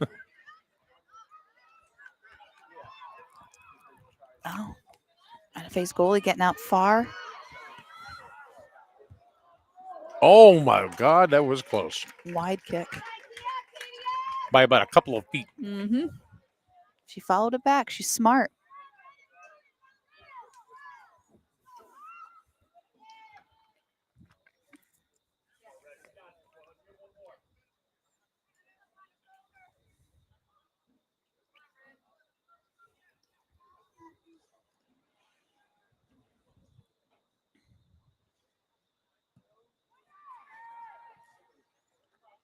Right off the head.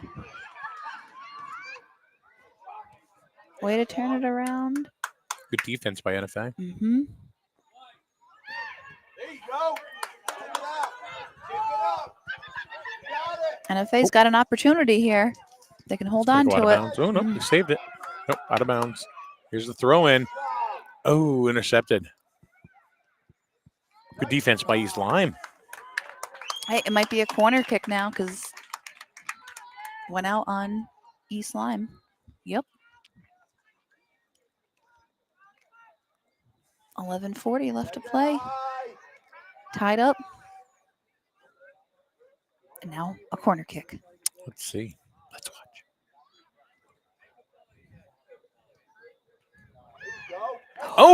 Oh! That would have been, if she That just would have gone in, yeah. put her head down just a little bit more, that would have been beautiful.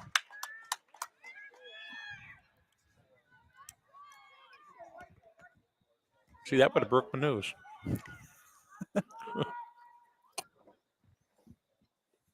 But these girls would have kept playing. Yeah, Even with a 'cause they're broken nose. tough. I told you, I'm not tough. These girls are tough.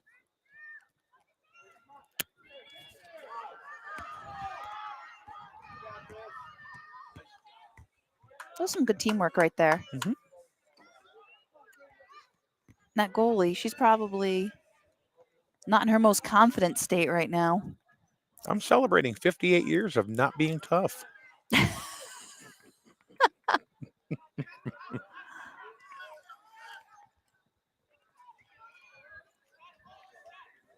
How does one celebrate that? Don't get in a fight Oh, okay. or turn one down. Mm. Dan never went looking for the fights. Who, you? Yeah, I never went looking for them. No, me either. But out of the friend group, I was the biggest. I was always the most athletic, and of course I had a mouth, but my friends had more of a mouth, and they would run it, and they'd be like, "Well, Noelle will take care of it for me." How did I get involved? What? Do you have more male friends than female friends? It's about like I'd say balanced. I mean, I was in a sorority in college, so I Mm. had like a very large group of female influence, and then most teachers are female too. And Mm. but I would say I'm more of a guy's girl. What do you mean by that? I have a lot more male like family members, so like I Okay. can talk like the sports and the different topics, cars, more than what my skincare routine is. I can talk crocheting. Not tough.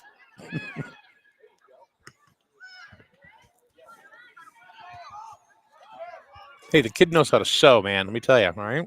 Hey, everyone has Life their skills, own- you know? Yes. Look at that! Right, bounce, bounce, bounce, right off the heads. Jesus. Whoops. Chloe, look at her go. Unbelievable. Look at that. I would have been gassed. Mhm. Uh-oh.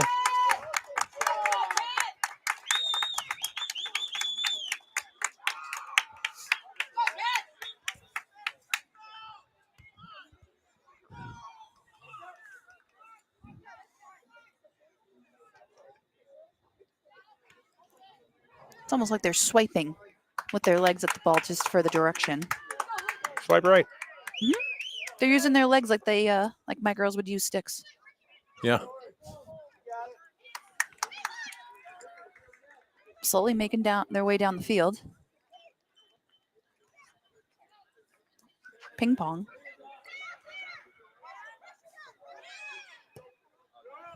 Leah Birchman switching fields. Smart. Ooh, that one got her off the chin.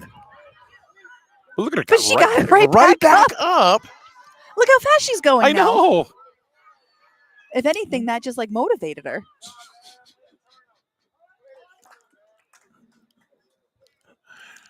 She got to straighten the mush.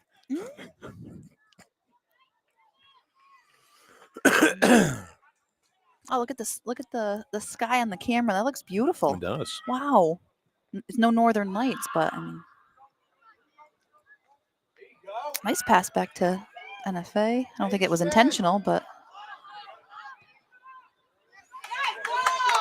Here come the Wildcats. Oh, stopped. Cleared back out by East Lyme. But here come the Wildcats again. Yep. Intercepted right in front of her.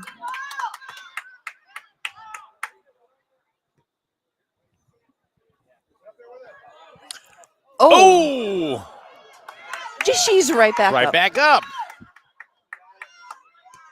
Leah with a stop and kick. It was almost automatic. That was a reflex.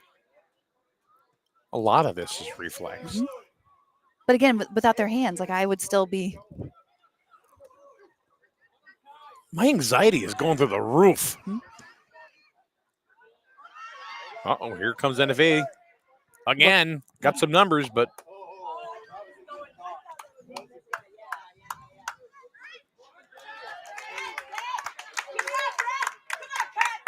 And if they backpedaling, trying to put some pressure Nice on pass. East Lyme. Oh. Oh no.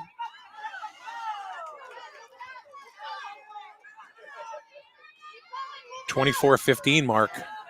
34-15 mark.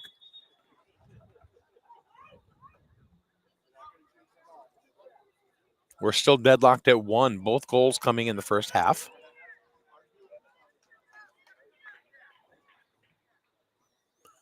Nobody has scored yet in the second. Matter of fact, the first score of the game came very fast Yeah. for NFA. Then the first few minutes of the game. Mm-hmm. Setting the tone. But then we're answered right back. Yep. And that's how it's been. The other 35 minutes.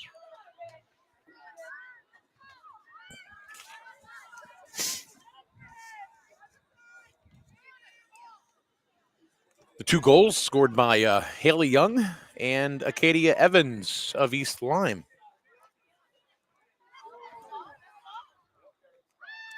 A little bit of a fumble there. Kind of getting caught between each other. And here comes Sadie Danowitz getting stopped.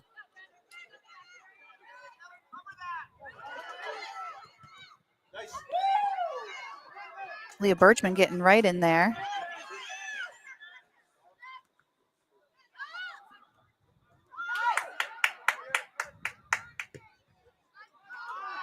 And if they kind of can't get out of their own way right now, they're bunching.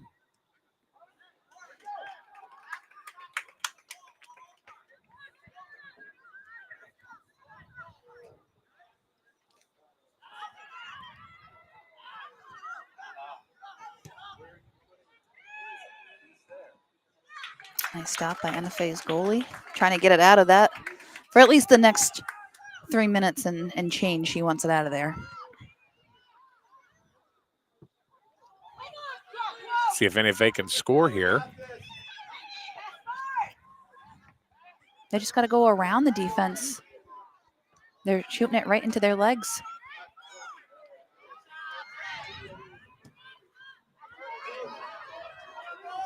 It's a race. NFA's goalie came out on top.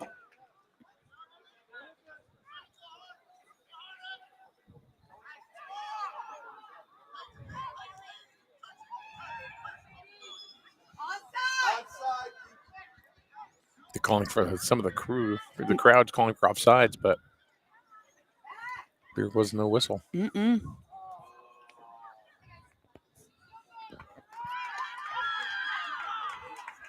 That's one thing I'm happy we don't have in field hockey. What's that? Offsides, No. icing. I see. That's next month. Yeah.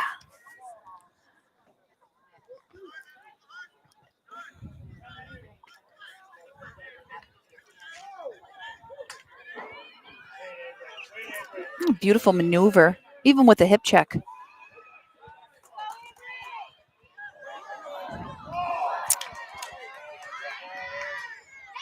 NFA Seems just, like. No, go ahead.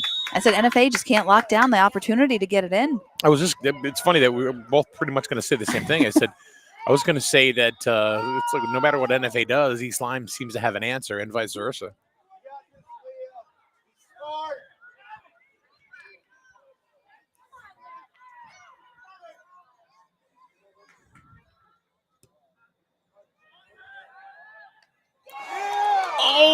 just outside the net. Wow. The crowd thought it went in. I thought it went in I- for a second. I did too. It blended in right with the post. Mhm. And they get a corner kick. I'm starting to feel the anxiety, but I think, ooh, Perfect corner kick, too. definitely coming from, I don't know if it's the NFA fans, the NFA side, but I definitely feel it. My blood pressure's starting to rise a little bit. Yeah. We might be heading for some overtime.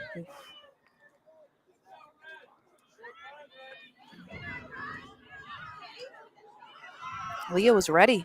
Oh, see? Helicopter. Yep.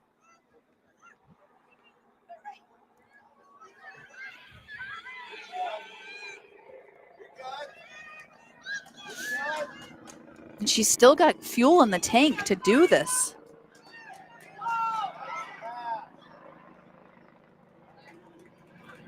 Solid stop.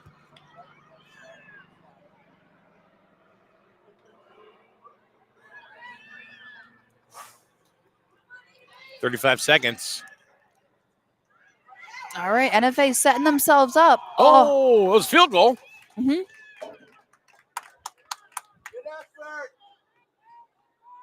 They want it.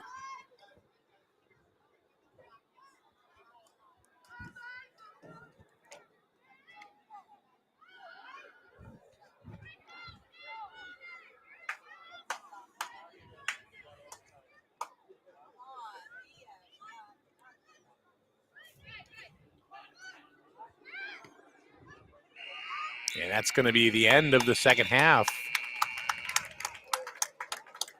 1-1.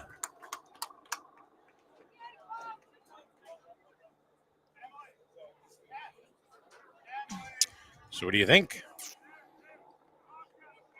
I think that NFA and Annie Slime, they need to take a breath. I can feel that last minute, the amount of grit and bearing down those girls did on that pitch Mhm.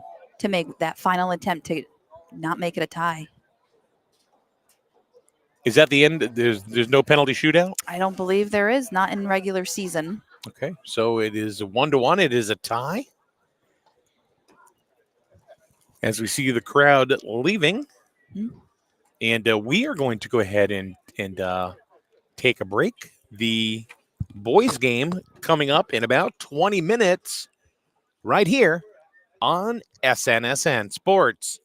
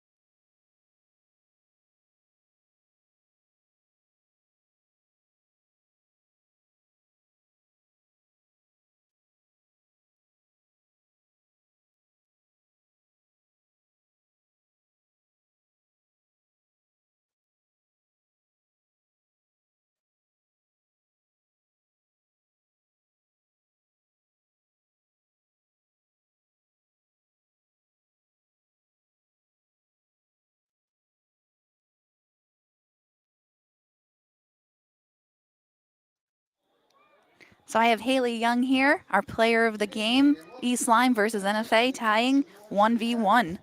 So, Miss Haley, what were your thoughts when you were scoring our only goal for NFA today? I was really happy because it was really hard to see us go down 1-0, and then we know that when we go down, we have to build it back up. And I was really happy I could do that at least. But I was just wanting anyone to do it at that point. But I'm just glad that ball came in from Oriana. She gave a great assist, and I'm glad she was there for that. And I'm glad I was in the right position for that. So you got some more games in your season Yes. till you're done. Scoring has been one of the biggest challenges for the entire team. How do you want to turn that around for the rest of the season?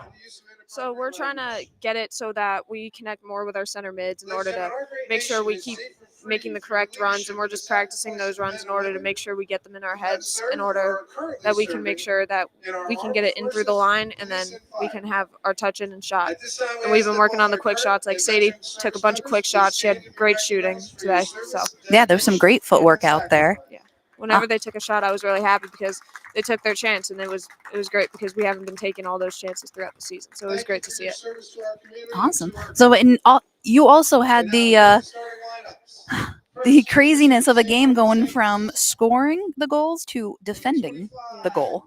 What was going through your mind as you stepped into the goal?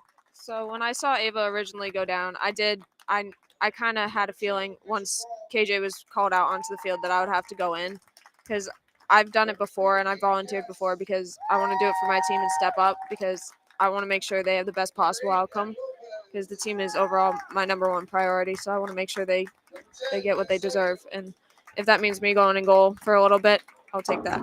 Hey, I mean, actions definitely speak louder than words, and you've got both, sweetheart. Thank you. So great job tonight. Our player of the game is Haley Young, NFA Soccer. All right, very good. Thank you very much, ladies. Haley, congratulations Thank you. on winning player of the game here for the ECC Game of the Week. Now we've got game number 2 coming up. Number 2, all right. And here we go. So we have St. Bernard, who is now right now getting their starting lineup being called onto the pitch, as you would say, and NFA to follow. And we now have another person in our booth with us today. You're going to be on the end over there, and she's going to be a monkey in the middle. Okay. Just because. I'll take the long ones, I'll take the short ones. There we go.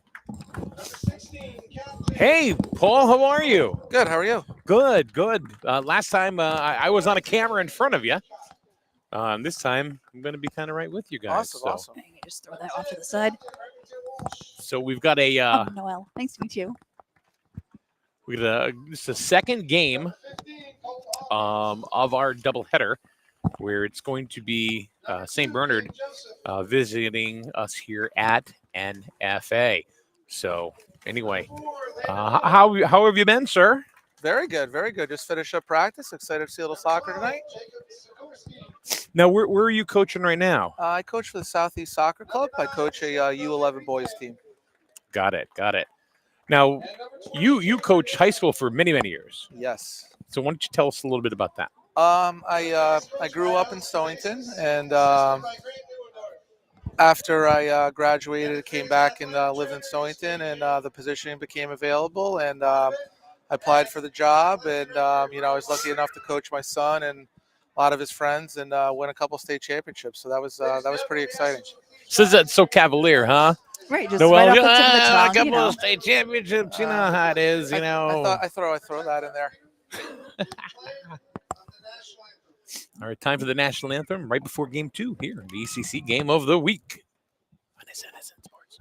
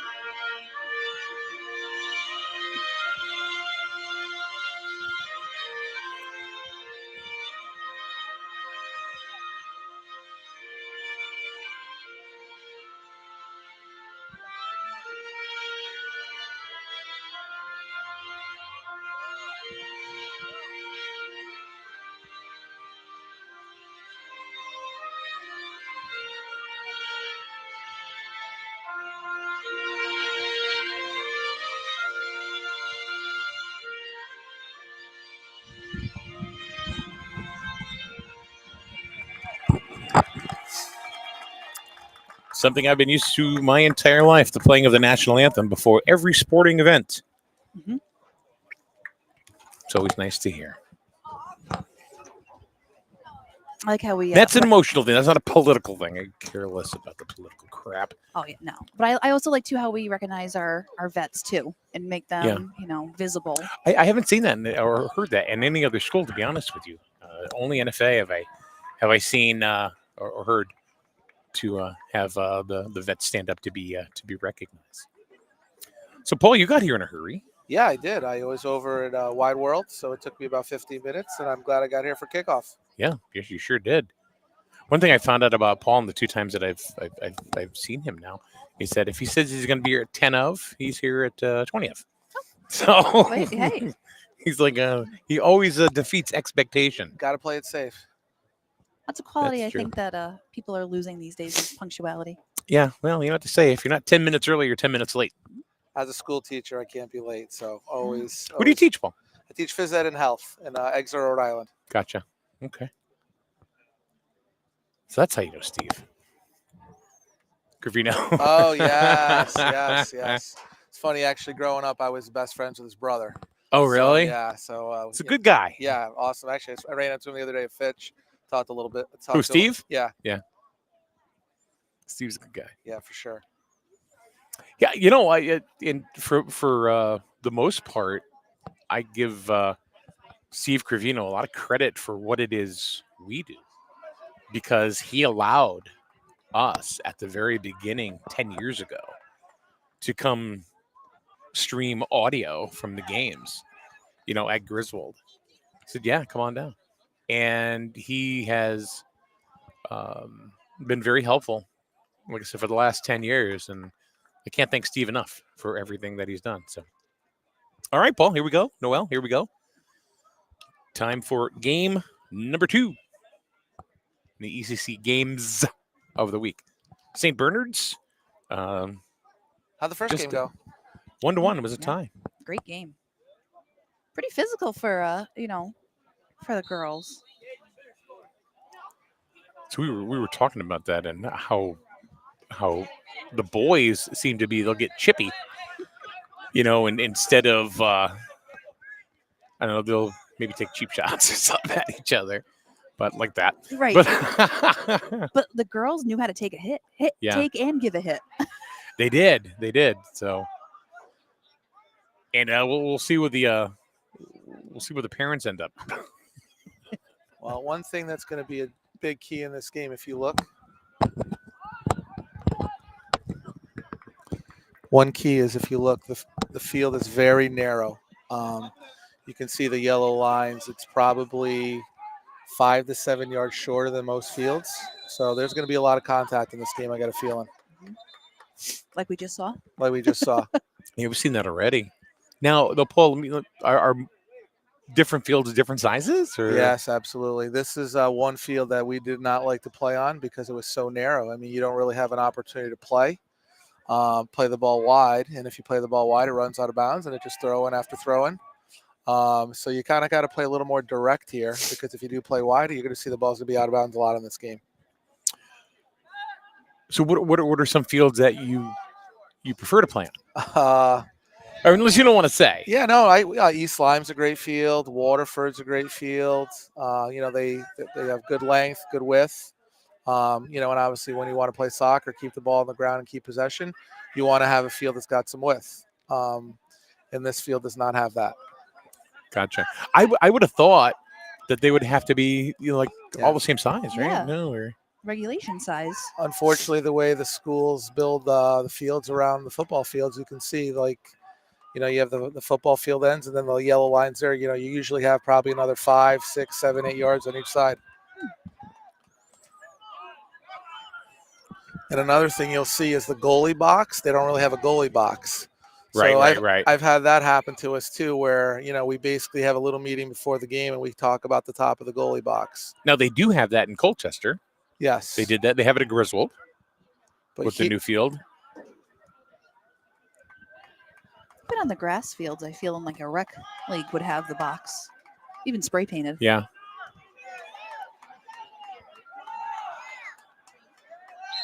There's that physicality that you were speaking to. Coach on the other side telling them to settle down. I would think that these two teams are rivals, being really from not far from each other, just down the street. St. Bernard's off to a great start, 8 wins. Yep. Ow. Wow. We were talking about that earlier. I Paul, I'm very. Ooh. I'm very very much ignorant when it comes to soccer, and I'm trying to learn it the best that I can. Noel's a lot better at it than I am, and I think I react a little bit different to. I guess I'm surprised at some of the physicality in this game compared to others. I'm surprised. There's quite a bit of physicality in here. Yeah, absolutely. We got a chance here, and just knocked it wide. Stefano right there trying. Number 4. Stefano. Where is he? Number 9. I need to get my eyes checked. Maybe it's from that bee sting years ago. Right. Yeah. Before. I still got it on that field though. Still suffering on that.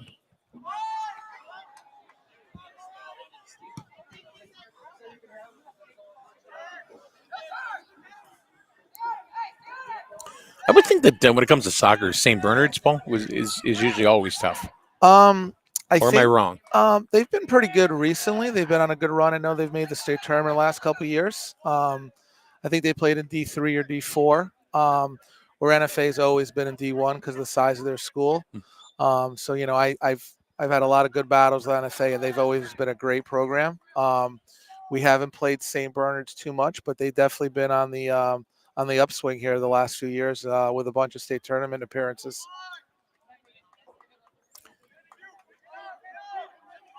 One of their sports that they excel in, especially in the last few years, is basketball. Mm-hmm. Absolutely. State championship, correct? Yeah, they brought some kids in from. I know they brought one of the Manguels in from Wyndham. He ended up going over to St. Bernard's and big impact player. So that'll be something there. You saw the throw with the short width. The long throw is a huge factor in this game. Whenever we played here, we made sure that we had our long throw and we'd whip it right in the box and put some pressure on the goalie.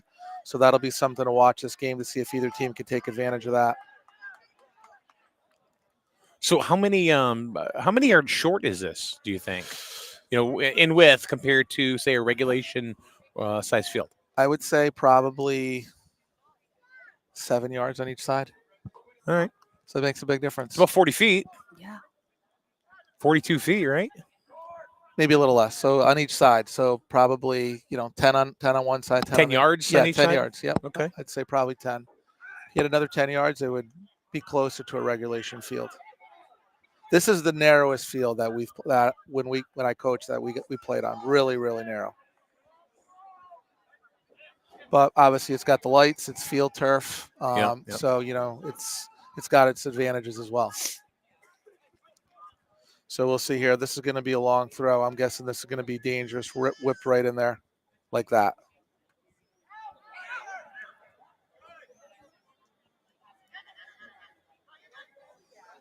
And an opportunity for another.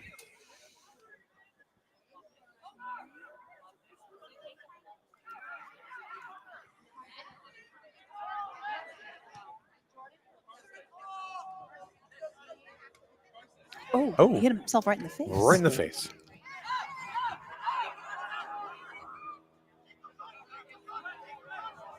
Good run here.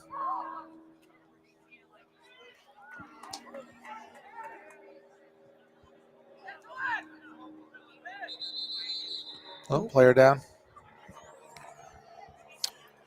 One thing I can tell you, though, is with doing the ECC games of the week, it's really broadened my horizons, on a lot of different sports that I'm not used to, I was talking to Noelle and how we became acquainted is she came and helped us out with a field hockey contest which is It's okay. like Greek to some Nate, people. Nate, Yeah. was it Nate told me you guys did a swimming event as well? We did.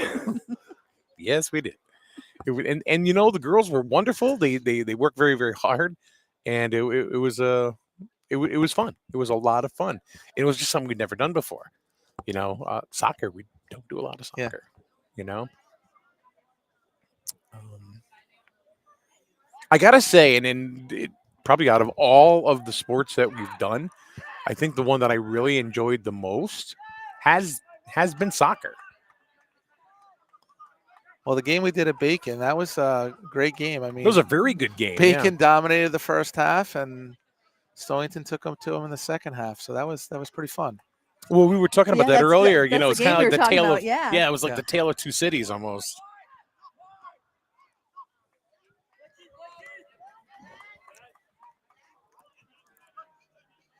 Stonington Fall sports are always kind of powerhouse. I mean, Well, the field hockey you program. talk about oh, field hockey. Coach Jen has got a well-oiled machine over there. She's She always in the does. state finals every year. So hopefully they can get it done one of these this year. Yeah, I mean, like the rosters that she has, she's Yeah. got enough for a freshman, a JV, and a varsity. Yeah, I think she's had close to. Oh, don't play it forward. It'll be offsides. There we go. Ooh. Yeah, I think she gets somewhere in the 70s and 80s some years, which is great for her program.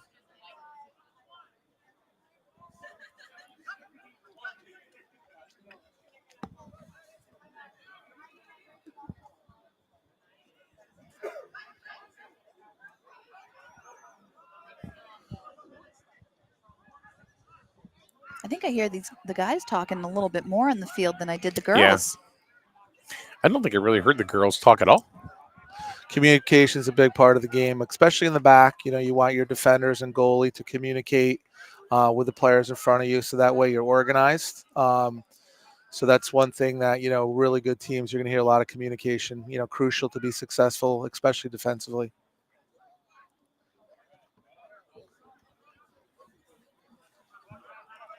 I got to see St. Bernard's earlier in the year. They have some pretty talented players. I saw them play Ledgerd, who's obviously a really good team coached by Bill Glennie. So St. Bernard's, you know, I can see why they have 8 wins. Bill Glennie is a heck of an announcer too. He is great. Yeah. Good buddy of mine. We talk a lot of fantasy football too. You're getting smushed in the middle there a little bit. I try to move over a little bit so that way. It's this random like. Are they doing a rendition of Romeo and Juliet out here? Do they need a balcony? Like, what is this? What? Oh, this right here? Oh. It's a little perch. Actually, Ken was going to go up there initially, but wouldn't be able to see past this. Oh, yeah. This podium scaffold thing.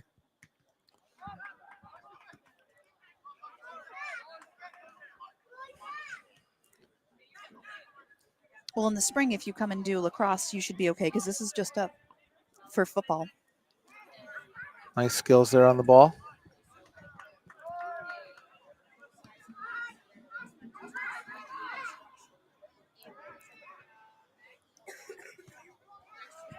All right, let's see if we get a long throw here.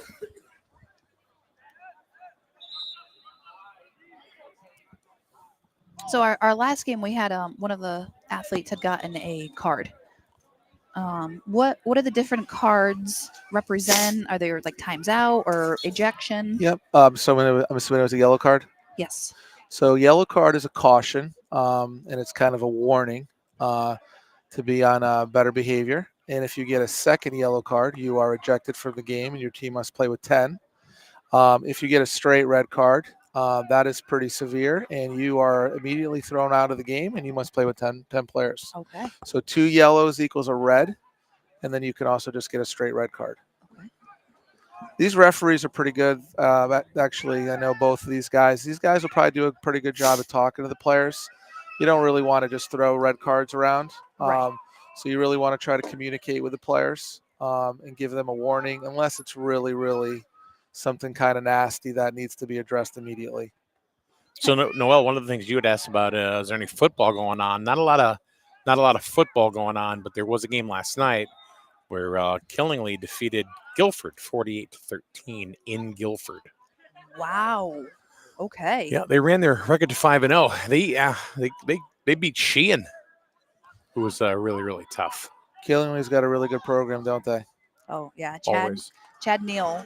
I mean, he, as good of a person he is, I mean, it's just how he is as a coach. Yeah, I got to meet him. He's a really nice guy. He's Finally, awesome. I mean, I've talked to him like a few times, on the phones and text or whatever. But I finally got to meet him. I usually do a lot of talking like with Ben DeZonier. Yes. I like I that. remember when he was a student at Killingly. He isn't. I mean, still. Ben DeZonier? No. I was like, wait a minute. No. Wait a minute. I He's know a he's a teacher coach now. there. No, Yeah. yeah. In coach. And coach, yeah.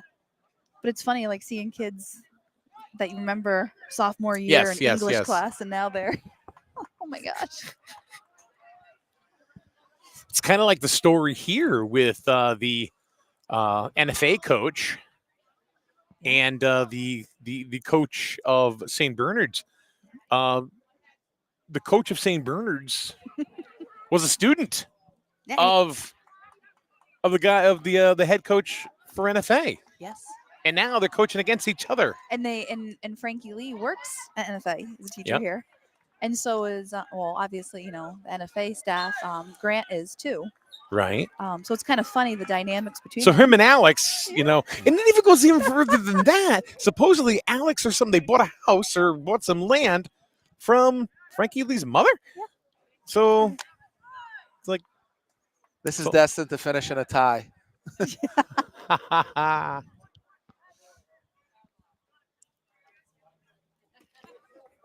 or there's going to be a lot of bragging rights. For sure. Yep.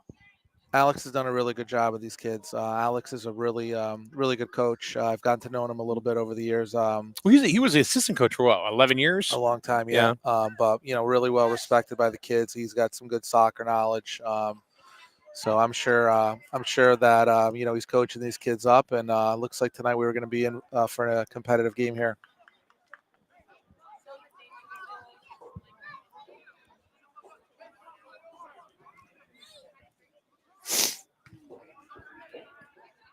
How good would a hot coffee be right about now?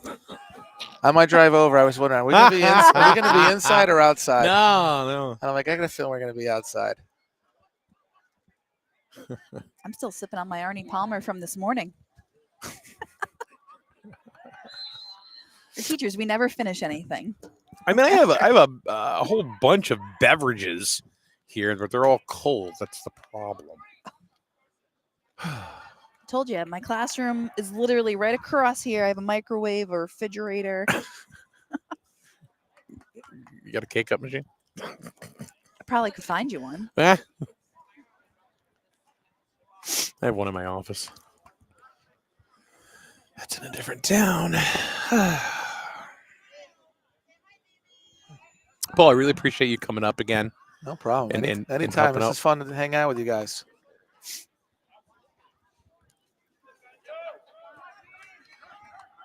I just got notified of some new games of the week, and they're going to be soccer contests. All right. If you need me, let me know. So, I could tell you, actually, what's coming up. Offsides. Ford's a little too far ahead there. He finished that play out real nice, though. He didn't stop. He ran right through it. Yeah, it was close. I think the ref took a second there, delayed the call, but I think he was offsides maybe by a yard.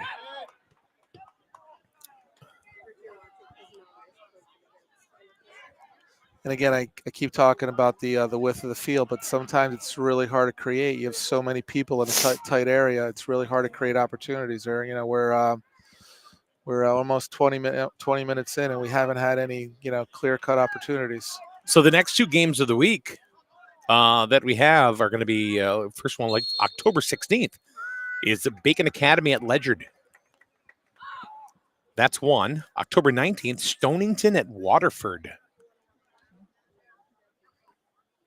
Okay, I'll have to check my schedule. I think I got senior night for my daughter. On Okay, the you have to cancel that. I'll see what she says. Reschedule it. Reschedule. Let's see. October 25th, we have Wyndham at Ledyard football. Gee, going to Ledyard a little bit. Sure, Jim Bunicor will take care of you over there. Jim's always very nice every time we go there. He's very nice. He's very hospitable. Doesn't give us a discount at the snack bar, but we'll talk about that because we're hungry. Let's see. October 28th, ECC volleyball semis at Wyndham or Waterford. That's going to be a flippin' blast. Any volleyball games. I mean, just watching the other one the other night from Montville and Lyman.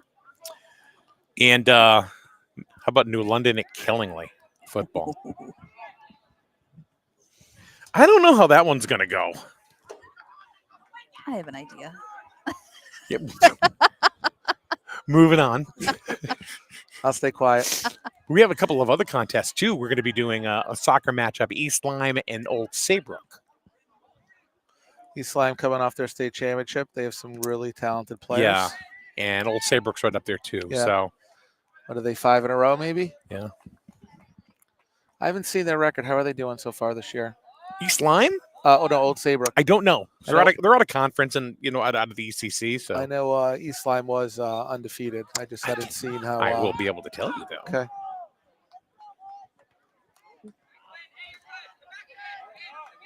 Where do I want to go? Let's go.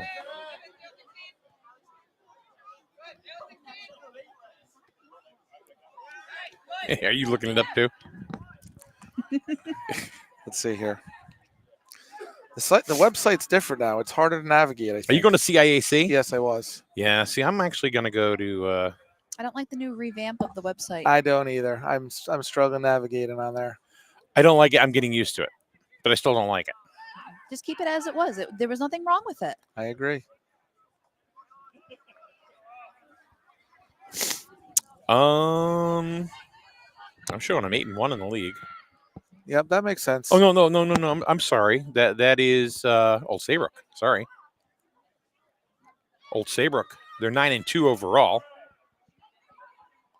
ranked number 16 in the state.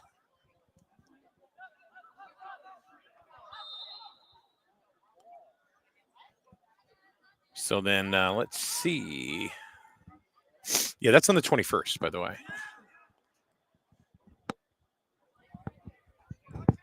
Trying to get to East Lyme stats, which I'm sorry has nothing to do with the game that we're. Pretty sure East Lyme was at least 9 or 10-0 at one point. I don't know if they've had a tie or loss, but they at one point they had 9 wins, no losses. So they just seem to reload. Paul does a great job with them at East Lyme. When I played in high school, Paul was the coach, so Paul's been around quite a long time. And they're 6-0 in the league. They're 11-2 overall. And I'm sure their 2 losses are probably 2 really good opponents they played out of conference to probably get ready for the state tournament, is my guess. Gotcha. However, here's something interesting. Old Saybrook they've scored more than East Lyme by a full point. Okay. Yeah, that'll be a good matchup for sure. I think they play every year.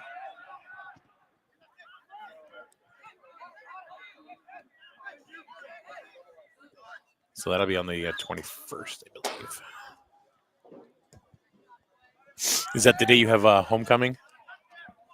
I have. we're booking them here live. All right, you're putting me on a little on the spot here. No. You don't have to do it. I'll have to take a look at these dates after.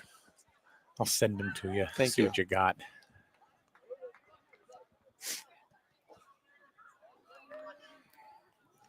Really been pretty even here. Both teams had a little bit of possession. I think it's gone back and forth. There hasn't really been a great opportunity by either team. So we'll see if someone can get one here by the end of the first half. I did talk to Alex a little bit. He loves his goalkeeper, who's a sophomore. Yeah. And he said that he thinks he's one of the best goalies in the area, if not the best goalie in the ECC. So let's see if he gets tested at some point, but he spoke very highly of his goalkeeper. I don't think he is playing tonight, if I'm not mistaken. Oh, really?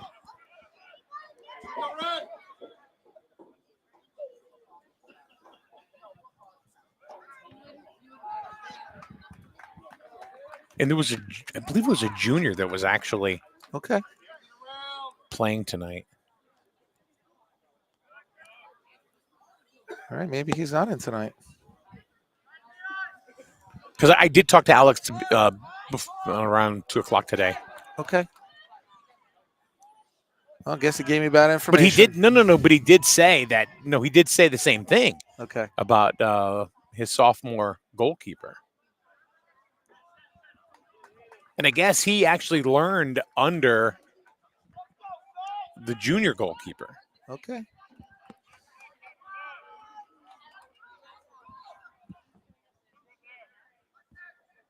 Nice throw in. Yeah, nice throw. This is dangerous. Oh.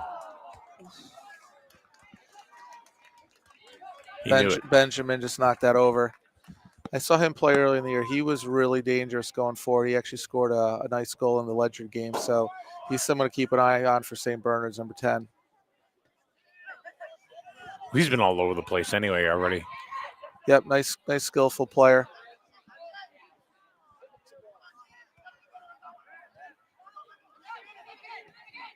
Seems like when St. Bernard's gets possession, they're quick too. Yeah, you got to play quick out here. You don't have a lot of time here. It's got to be pretty much 1 and 2 touch. Just always pressure on the ball. They handle it so well, though. I'm sure the coaches are practicing that. Just playing 1 and 2 touch, playing 1 and 2 touch. Try to play quickly because if you complicate the game, you're going to lose the ball.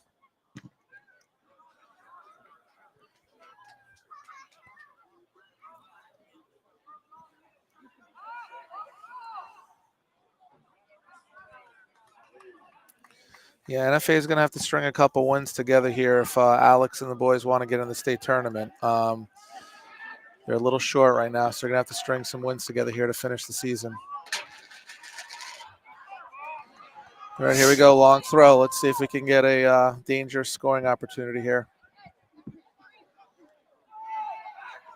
Oh! Great save by the goalie. That was a great save. There's that long throw. Another opportunity for them. Corner kick. See if they just knock it in or run a set piece. Let's see here. Looks like they have something planned. Big body in front of the goalie here, trying to screen him.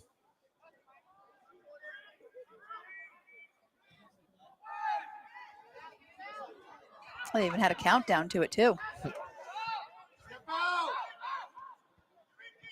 Great touch. This looks dangerous. Counterattack.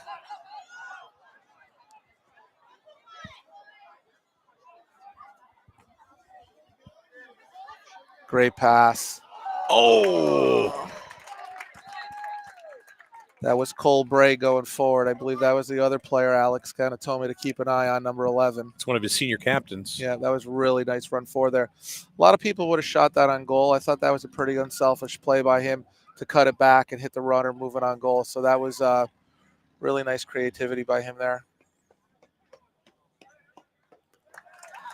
Corner kick went right to the goalie. Snatched it.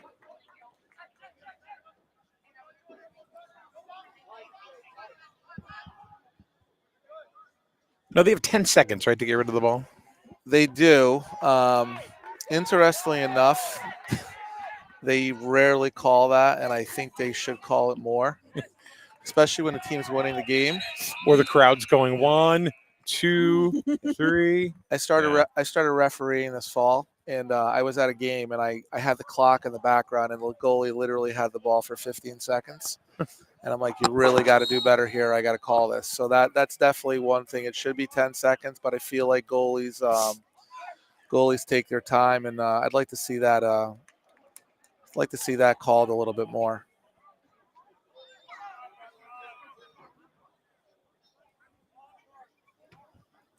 Nice kick. Ooh, great header there. Another great header. Oh, took them both Yeah. down.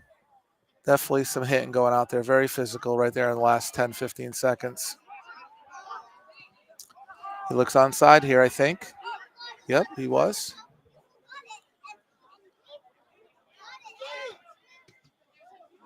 Some nice feet work right there.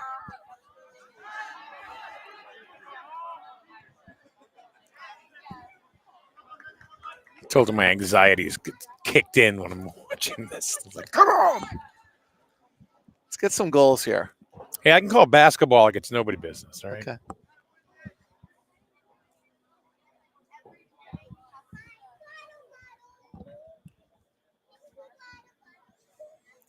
Basketball and football, I could call pretty good, and baseball too when it's not like watching paint dry.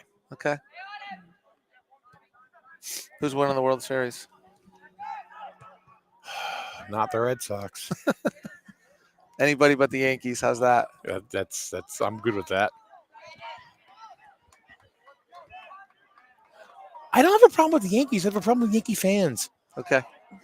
Yeah, I kind of think Judge is kind of likable. Like I don't mind when he, him and Soto and those guys. Like, Yeah, until Soto says peace out and he goes somewhere else for $300 million,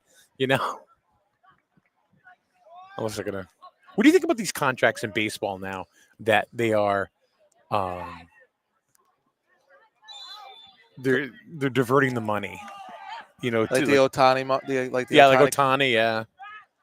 I mean, I just don't even know how much money that is. Like, it's just insanity. No, but should that even be a thing? Yeah, I mean, if you can't afford the player, then move on. But yeah, I would have to agree with you on that. all the deferred money, even it was a Tescar Hernandez signed for $25 million, and he was a free agent, and then he deferred all that money for like 10 years. I still like the sports that have the cap. Just Football. Football, hockey. It just makes it a level playing field. Ooh. Nice ball in the box again, number 10. Handball coming out.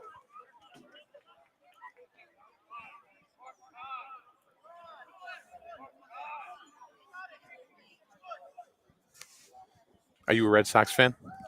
I am a Red Sox fan. Yeah. Yes. You are welcome to come back anytime. Okay. I still remember 2004. There were some rough years. That was just so enjoyable. That was a great Red Sox team. Yes, it was. The Dirt Dogs.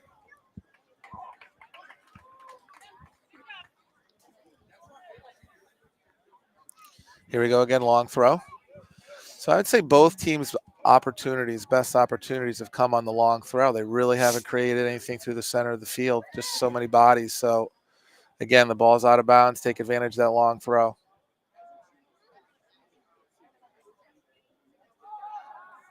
Right in the mix. Cleared out. It seems like this has been a very evenly matched contest so far. Yeah, 100%. They're, I would say, even right now. No advantage to anybody.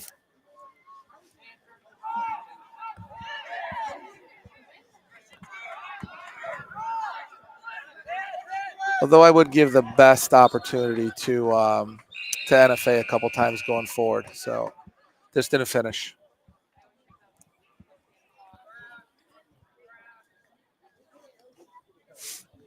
I think it's going to be the Dodgers. The Dodgers. I'm kind of rooting for the Padres tonight. Okay. Oh, I would rather see the Padres. They're kind of an exciting team, I think. I kind of enjoy watching them. I like Tatis. Is that a late start tonight? Yeah. Okay. Get home just 9. in time. I think 9 though, which is they're doing to get the East Coast viewer too. Otherwise, it's gonna be really late. That's a beautiful both ballparks over there at Dodger Stadium in Petco. I got an opportunity to go there a couple years ago. Awesome ballparks. I'm not a big Machado fan though. Oh yeah, that was great. The last out on the Red Sox World Series there.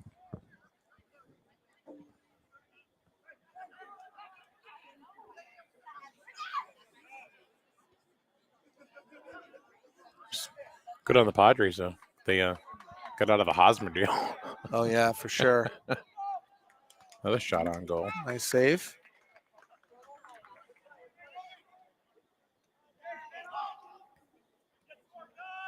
Good step by the defender.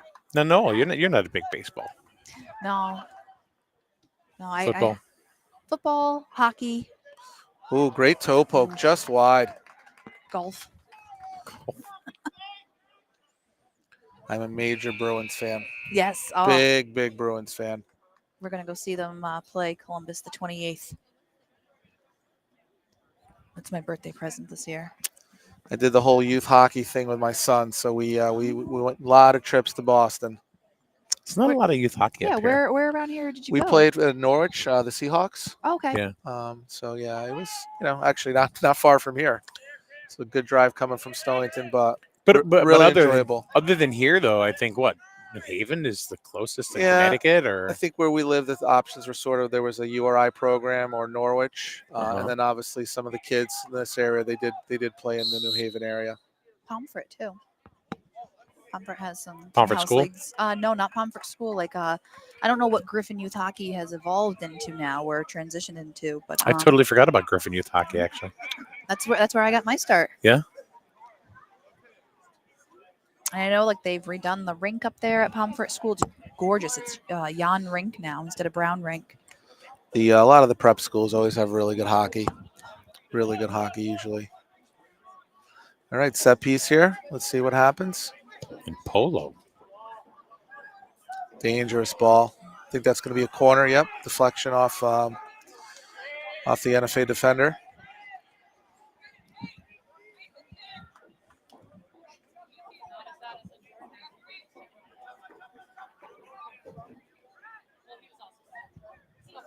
Still no score. You might see this change right here.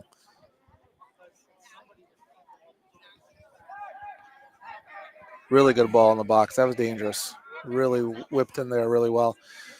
NFA on the counter again. They've done this a couple times.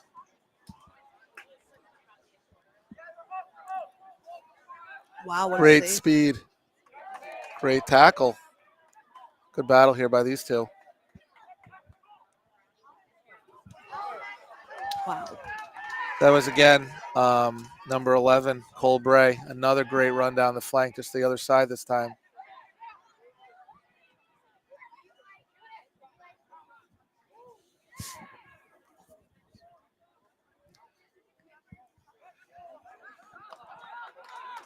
NFA is 3-7, but they are definitely in this game, and They're playing better than a 3-17. yeah, I think I would probably say they've been a little bit better going forward, especially on the counterattacks. This is a game they need to get here if they want to try to get into the state tournament.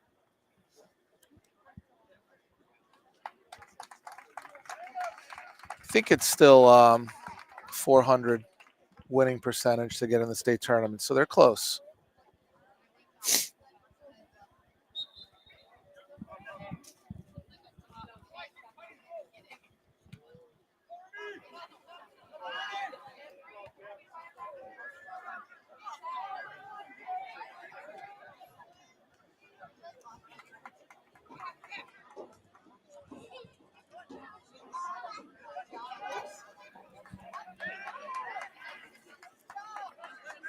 Yeah, it's really back and Nice forth. nice turn there.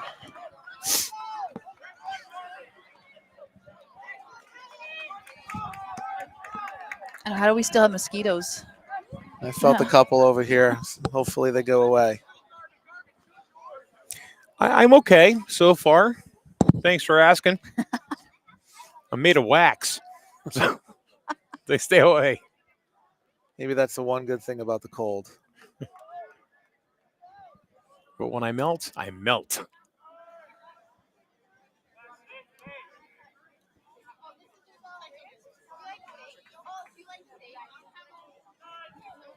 How you doing, Ken, with mosquitoes? You good? There you go.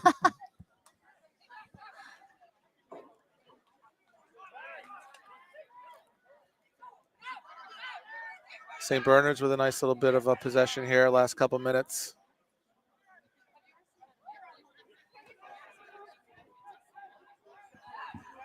I actually think both teams here have tried to connect some passes and play through the midfield. It hasn't been as direct as I thought. When I say direct, like balls over the top, like you can see here, they're playing balls to feet, which is nice to see.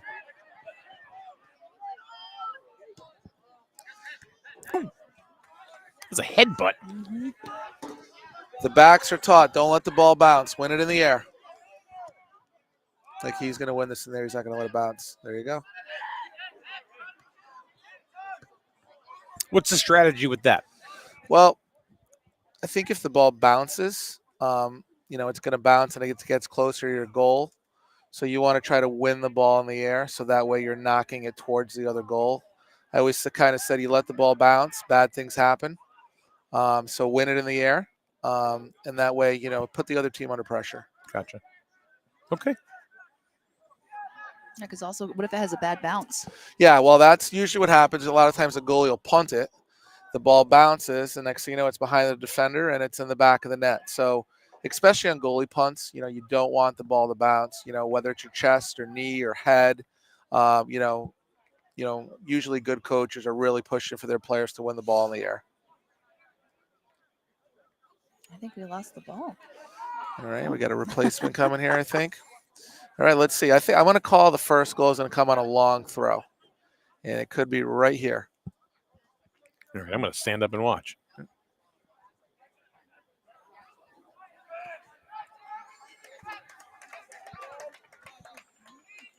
Almost.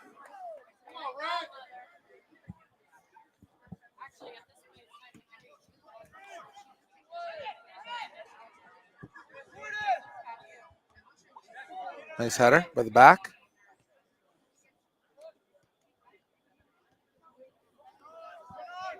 Nice job by NFA NFA stringing some passes together. Excuse me. Really nice. Good ball control. 6-7 passes here. Very nice. Beautiful. And they're moving up like. Yep. Yeah, moving up forward together. Yep. As the forwards, the midfielders, even the backs are moving forward. That was really well done by NFA. Great passing. Say they combined 7-8 passes there. Very nice.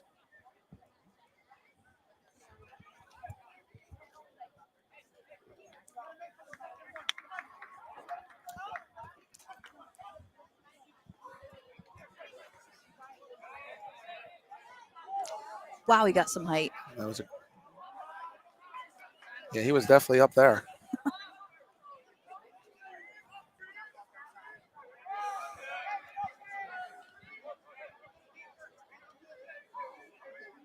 One minute left. Pressure is on. We've consumed a lot of soccer today, have we not? I think our last game was kind of a quiet 0-0 first half. Maybe we'll get the same thing and get some a little more action in the second half. Foul coming up.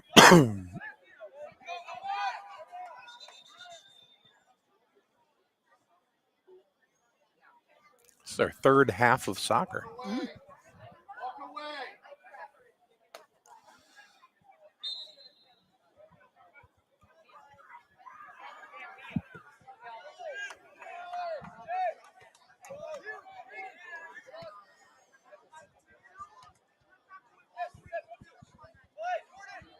There's Nice. number 10 again. Nice skill there.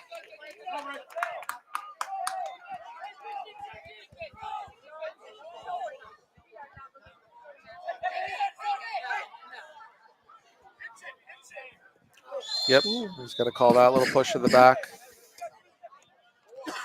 Actually, pretty smart foul there. Prevents it from going forward, so we get the halftime. And that's where we are. All right. No score.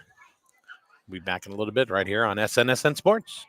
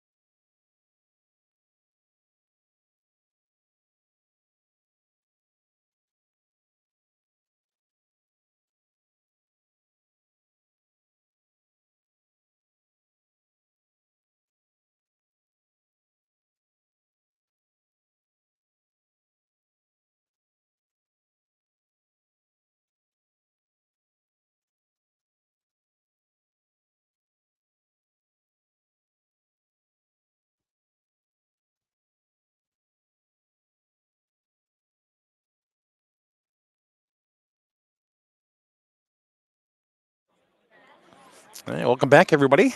It is time for the second half. St. Bernard's and NFA scoreless. Paul, what do we got to see? What has to happen here other than the obvious? Someone's got to score a goal. Yeah, I think that was a pretty even first half. Really, I think NFA was a little bit more dangerous going forward. They had a couple opportunities. I believe Bray was the key guy going forward, number 11. But St. Bernard's, an 8-win team. They certainly have some talented players out here, and they're still in this game. So we probably need one of our top players here to step up and make a play. And maybe if we can get a first goal, that'll open up the game a little bit, and maybe we can get a couple more. Now, Nicole, what do you think? I mean, one of the things I'm thinking about is it's just stamina. It's a cold night. It's probably the coldest night that they've had yet. What did you call me? What did I call you? Nicole? Who the hell's Nicole? I don't know. I'm like, what? I don't think. I'm pretty sure that's not what she told me your name was. So I just kind of stayed quiet. Never mind. Well, first, I've had girls, play at night games. And Why it's did I call cold. you Nicole? It's just an N name. I don't even know a Nicole. Just keeping them warm and, communicating that if you need a sub, we'll give you a sub, but just stay warm out there. Goodness. Now you got my whole train of thought. That's all I could think about. What? Looking for their soccer scores.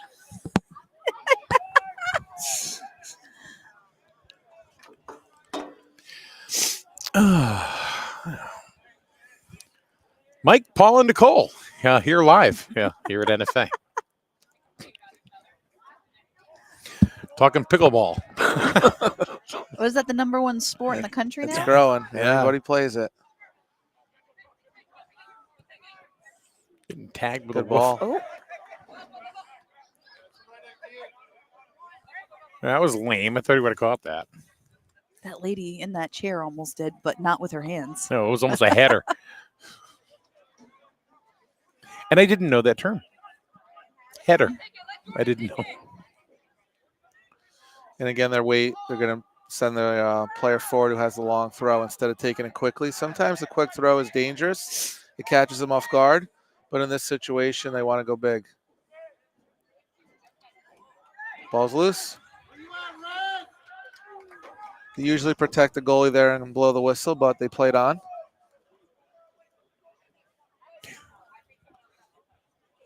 The soccer goalies are not wearing much more I was going to say, why would... protection. Yeah, I mean... It's kind of like the unwritten rule, like you can't really touch the goalie. If you touch the goalie, they blow the whistle. So I don't know if I agree with that or disagree with it, but, there was a little contact there, and they decided to let him play. These are two really experienced referees. These guys have been doing games for a long, long time, Lou Steinbrecher and Dave Pius. So when I know their first and last name, I've seen them for many, many, many games. Yeah, now I'm really impressed. These guys have been around, so they know what they're doing. These are two really good officials. When we saw these guys, we were pretty happy when they did our games. Isn't that funny when once you see like the refs coming onto the field, you're like, oh, this is going to be a good game, or Yeah. oh, no. I can't tell you the bad referees. I'll tell you the good ones. What a slap.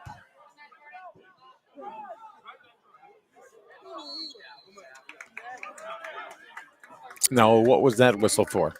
I believe he called offsides there. So the ball was headed, played, and when the ball was played, the guy was in the offside position, so he called offsides. He doesn't have to receive the ball, but just because it was so close to the goal, he called offsides.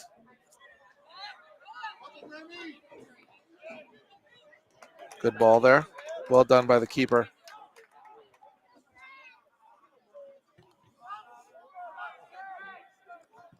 So there's an example of the ball bouncing over their heads, and it leads to, it's dangerous.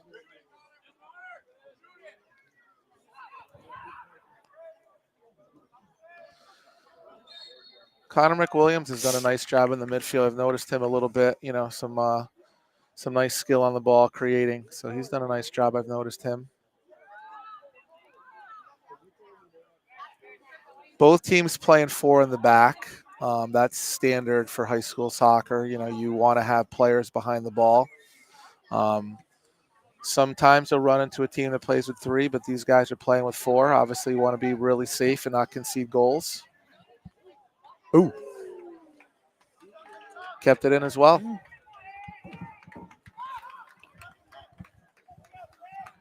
I was hoping to see Caden Walsh. Alex had been talking about him, but this keeper's done a nice job so far.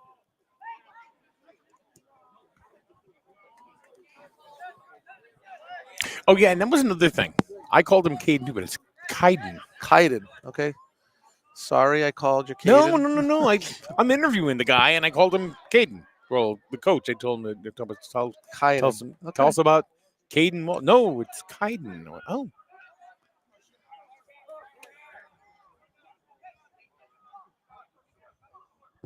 Oh, That may be it. Maybe. There's Kaiden and Caden. That's weird. That's just weird. There we go. Wow. Whoa! Great Whoa! what a save. Header save. Yeah. So a lot of times when there's corners, you put players on the post, and that's an example of why you put a player on the post. The goalie was beat, and the defender bailed him out. Well done by the defender there.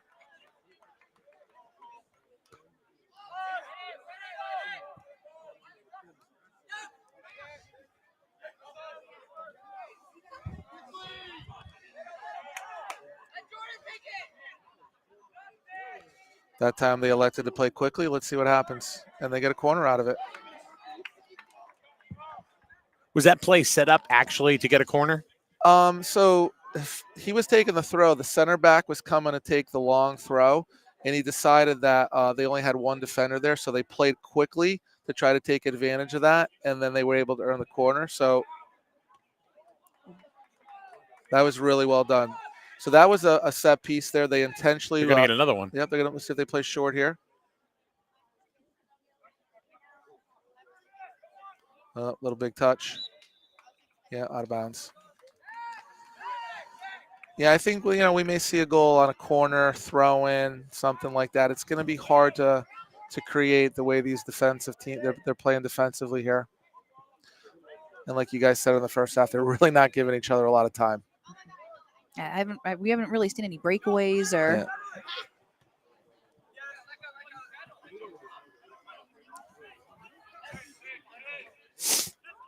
And these gentlemen are using every part of their body to control that ball.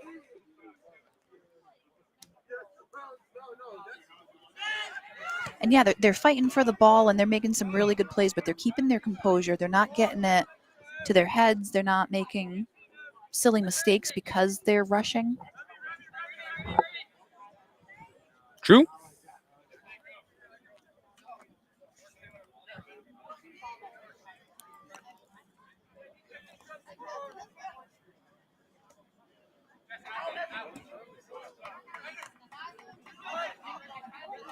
All down there by 23. And again, there's a classic example of where you need a little more width. Ball goes out of bounds, and now play stops. You got another throw. I actually look at the field, and it doesn't look right watching it. It's so narrow. Well, it seems like they're bunching. We This had is made a dangerous. comment.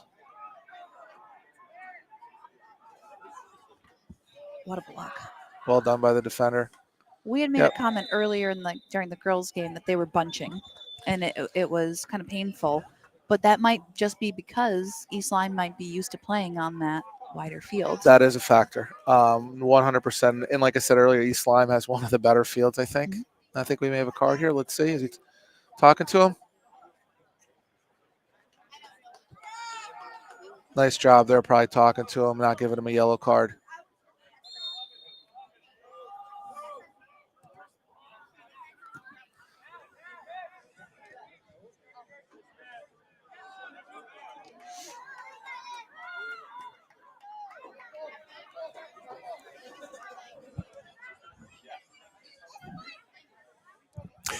Do they play to the corner throw to try to get the corner throw or the corner kick or Um, the long throw? I would say that, sometimes you do loft the ball in the corner to try to put the other team under pressure. You always want the defenders facing their own goal. If the defender's facing his own goal, that's obviously a good thing. So you kind of loft the ball in the corner, and maybe you can win a long throw or a corner. On most fields, sometimes the throw in isn't as effective, but on a field like this, we would definitely tell our players, let's put their backs under pressure, and let's try to earn some long throws. I was fortunate enough to coach for 10 years where we literally had a 10-year run where we had someone who had a really dangerous long throw, and we scored a lot of goals on the long throw, and it makes it difficult to defend.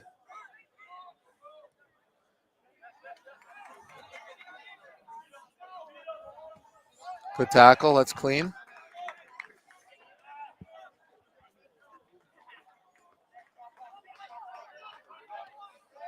I'd like to see the throw a little closer to the goalie. They're throwing it to the top of the 18. I'd like to see it inside the 6. That way it makes the goalie have to make a decision whether to stay on the line or come out. And in the first half, I think both teams are throwing the ball a little too far away from the goalie. Let's see what they do here. That's the one. Wow. And there's a goal. There it is. I said the goal would come on the long throw, and there it is. You did. The referee was right there, so it did cross the line. He was right on it, so he definitely got that right. And like I said, that throw, the ball literally landed in the 6. It makes it very difficult for the goalie to, he's got to make a decision. Does he go? Does he stay? And it was flicked on to the back post and tapped in.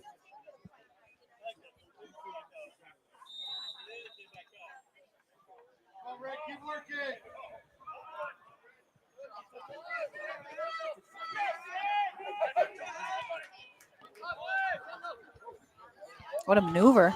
See if they can get tied up here. Oh, DeStefano, come on.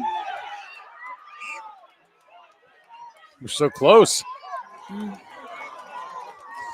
There's an example. I think you got to pull the trigger a little quicker. You don't have a lot of time in there. You got to play quick. See some of the NFA kids a little frustrated there.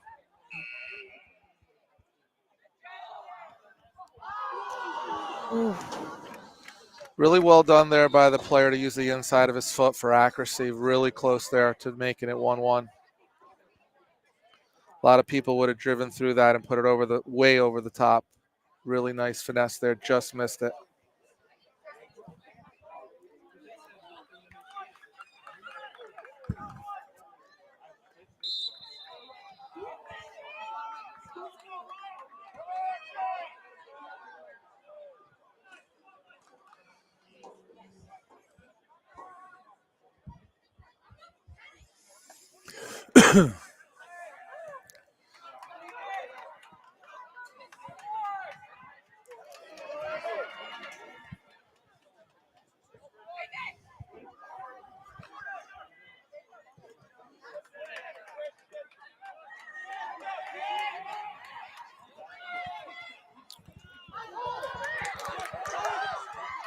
Wow. Nice save.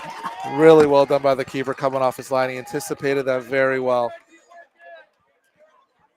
I've been very impressed by number 11 for NFA. I think he's been the best player on the field, Cole. He's got nice speed. He's been shifty on the ball.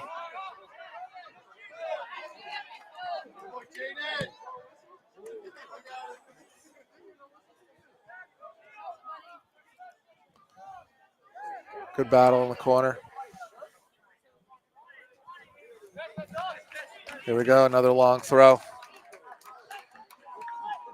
St. Bernard should try the same thing. Get that ball inside the 6. Put the goalie under pressure. Make him make a decision. And you see St. Bernard sends some of their taller guys so they can kind of flick it on and get to the back post. That's where they're trying to do, is win the second ball. That is super dangerous.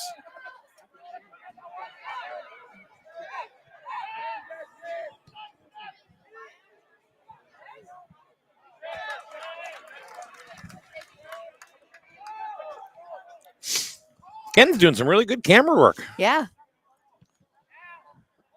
It's a little hard to see through them, so this is I'm perfect. Yeah. sensing the connection's a little better than Bacon Academy. A little bit. Yeah, that was rough. Now, what was that call? I think it was a push. I had my head down, so I didn't see it, to be honest.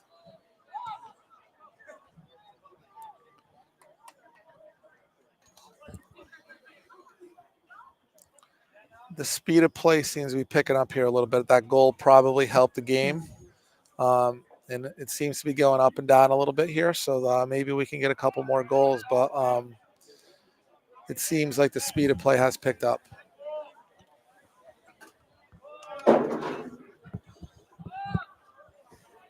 That's on this. Nice. The height that these guys are getting, it's crazy. Yeah, I did go back and look at the Bacon. It wasn't as nice as that. That's really No, nice. the audio was good. The audio was good on the Bacon game, but that was one thing that I was concerned about. Was the picture quality. The cameraman did a great job, whoever he was.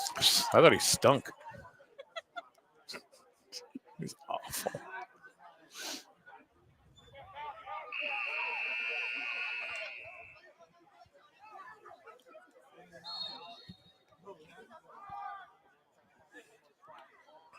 I enjoyed the game, though. That game was a fun game to watch. The one at Bacon. Yeah, absolutely. That was a really good win for Stonington. They've really turned their season around after that. I think they may have lost to Waterford, but everyone's losing to Waterford.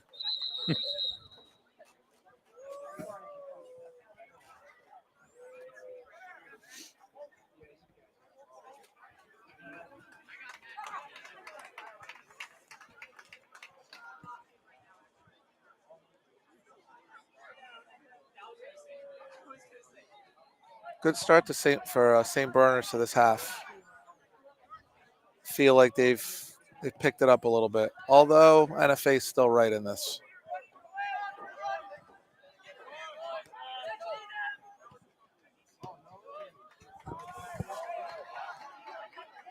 Oh boy, be careful. Don't play in there. That ball went to math class.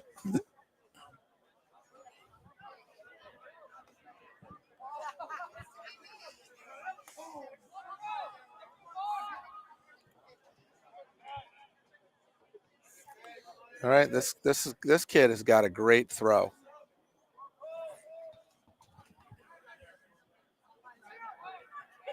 Oh, lucky they didn't have someone you there. really want that ball driven in there like that, because if it's lofted, it's a little harder to head. When it's driven in there like that, you just got to really flick it on, and anything can really happen with it going to the back post. Definitely one of the better throws I've seen. Again, the narrowness of the field makes a difference. I'd like to see it on a normal size field, but this is very effective.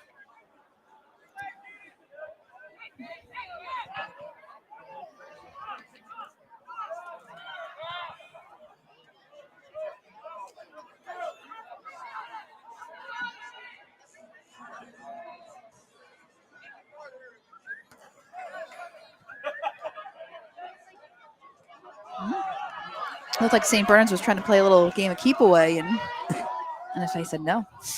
This is where NFA's done really well defended there. St. Bernard's had corner kicks and long throws, and they send their players forward.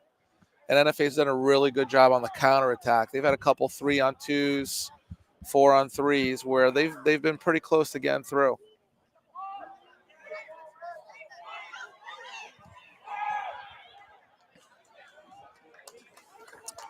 Well, went into the wrong goal. Wrong one. Mm-hmm.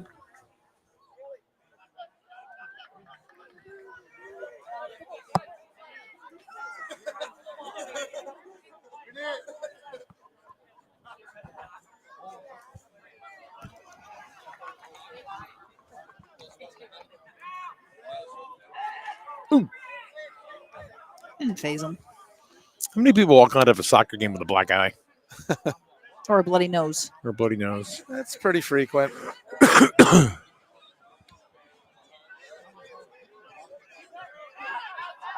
Sometimes the soccer guys get a bad rap because there's some dive-in and theatrics, and then other times it can be pretty physical, and there can be some tough guys out there that just play through it. So not a big fan of the flopping, but unfortunately it happens. You mean that's when they just fall down? Yeah, would pretty much fall down for nothing, and they get the call. There you go. Hey, There's it's your coming chance. up. There it is. Almost had it. Put me in, coach.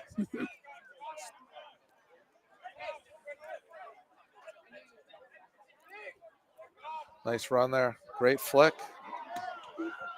Here it comes again. Here it comes again.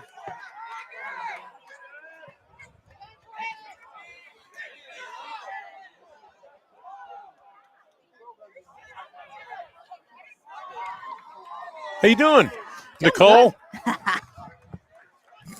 I have no idea what her name is now. I'm so confused. Apparently, neither do I. It's Noel. Noel, just like Christmas.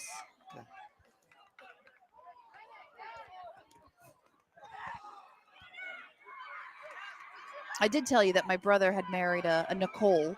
So it was Shannon and Sean and then Noel and Nicole. My poor parents.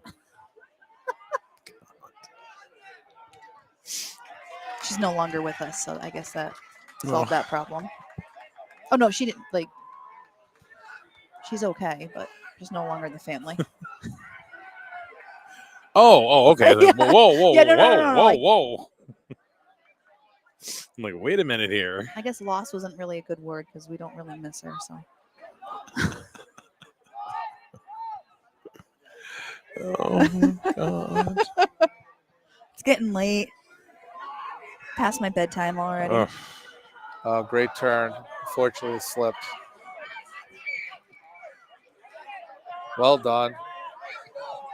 Stay on side.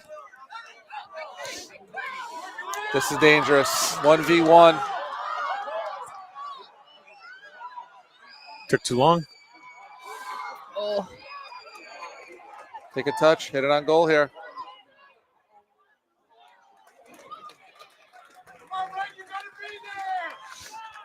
NFA's putting on some pressure here. They're trying to equalize. Still got a lot of time. 20 minutes to go.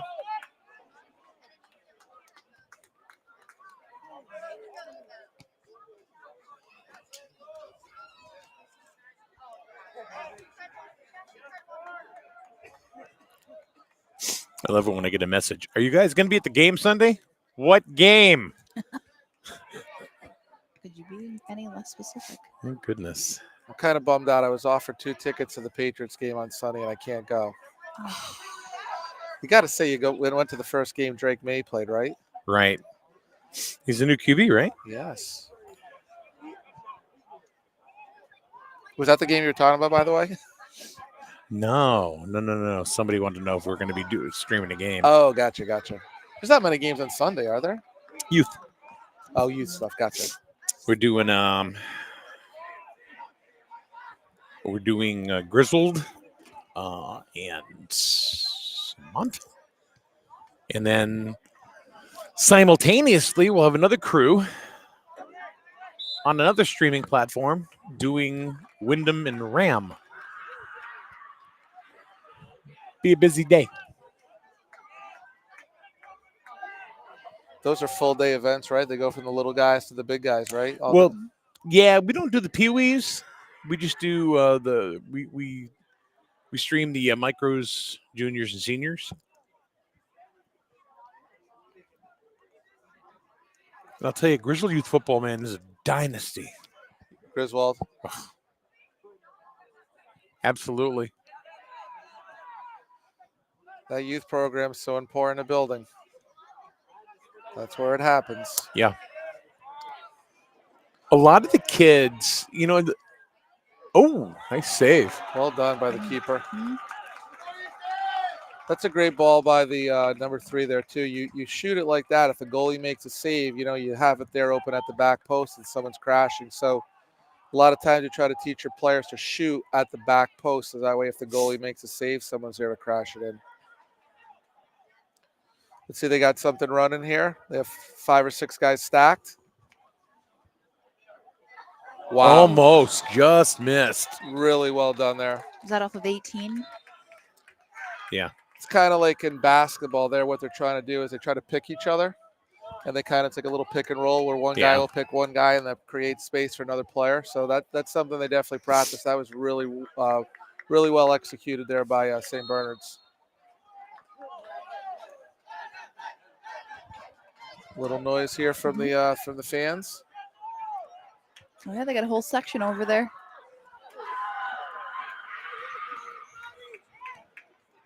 They're either rooting them on or just trying to stay warm.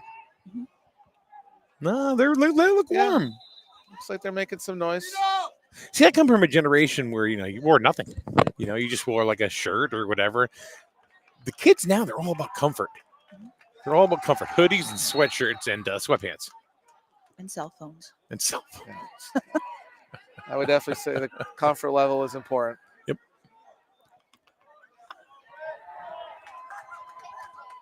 Back in my day, it was jeans,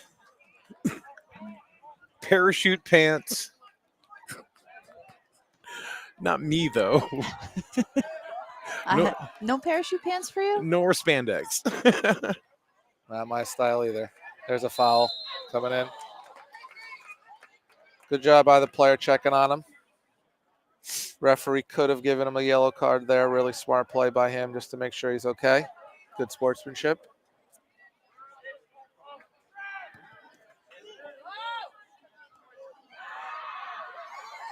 Oh. Loose ball.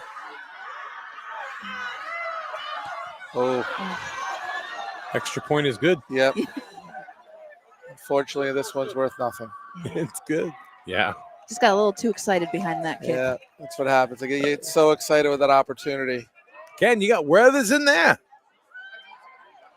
Oh. Get out of here, he says. Good opportunity for St. B's with that kick, though. Oh, there's a foul. A little dangerous there. Ken, you got Oh. Weathers?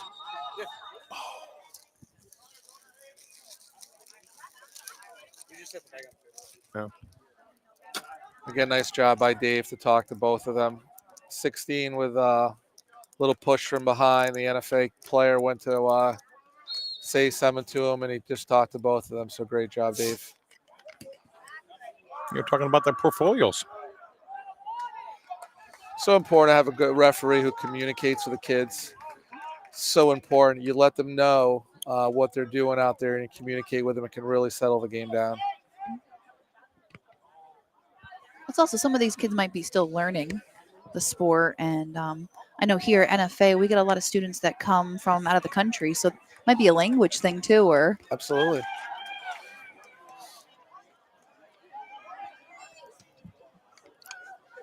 Definitely better by St. Bernard's here to start the second half, too. I feel like St. Bernard's been a little bit better here. Not that NFA hasn't had a couple of opportunities going forward, but St. Bernard seems to be a little bit of the better team right now.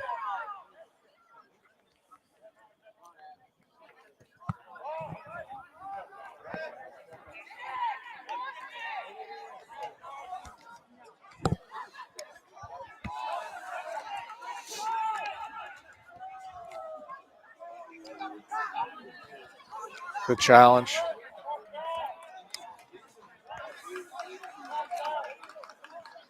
it's like these St. B's players, they don't quit. They're so fast. And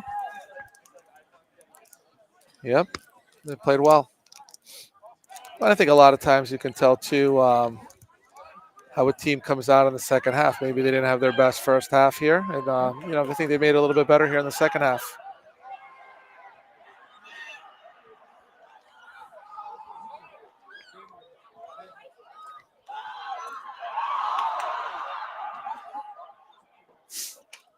what a battle. Yeah. Here, just keep them outside. You don't have to foul them. You don't have to foul Trying to get a them. corner. And they got the throw. It's funny, in this field, I'd rather have a throw than a corner. Yeah. Because you just have more accuracy, I think. You have more accuracy with the throw. I'd 100% have the throw here. I'd like to see them again. Get this ball closer to the goalie. They're lining up their guys a little too far out. Yeah, he's going to call that.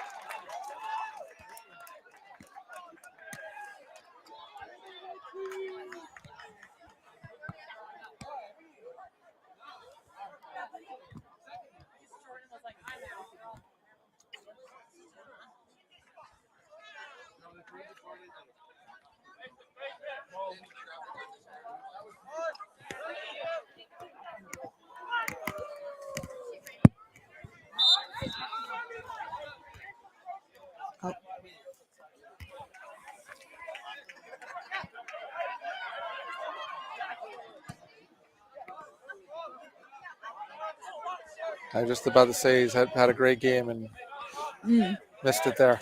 Lost control of the ball.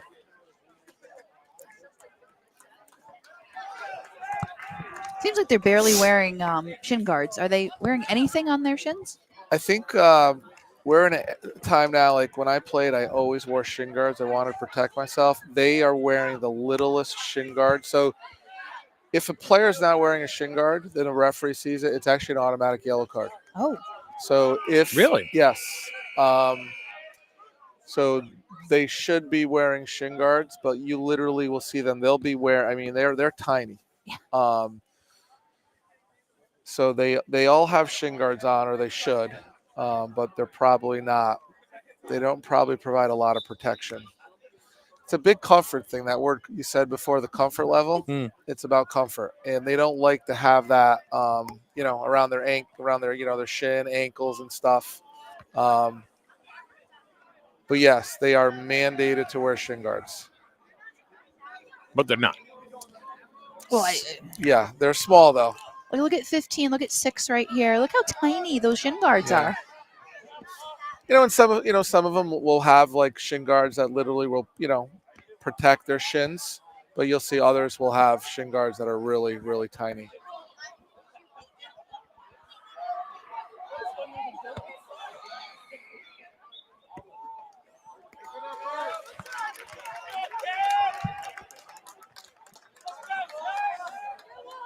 St. Bernard's right back has done pretty well here in the second half. He's had to face a little bit of pressure, but he hasn't let them get through quite yet.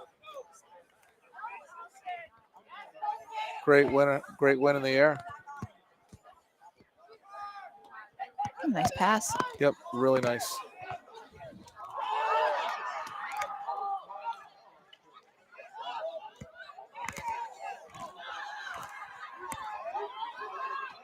Nice. Way to keep it in. Great build up. Really nice by NFA. NFA's had some really nice moments moving the ball around, actually, tonight. They've been a little unlucky. They could easily have a goal or two. I think we got a free kick here on the ground. Yep, going in. I think he called them for a push.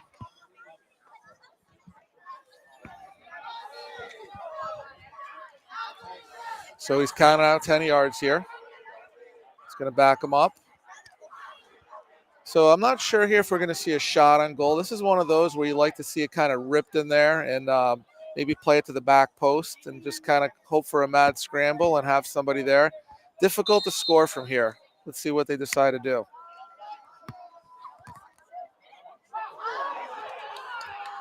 Wow.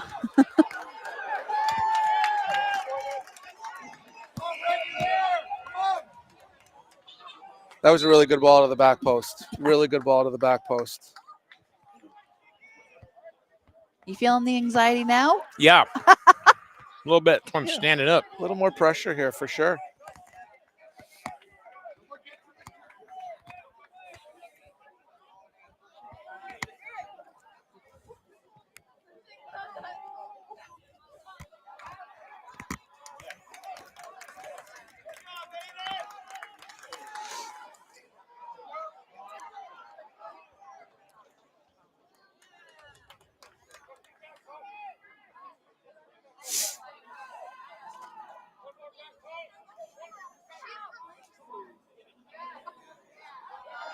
Well done by the keeper. Mm-hmm. Always an advantage to be the keeper. jump, and you can use your hands. The only one. The only one.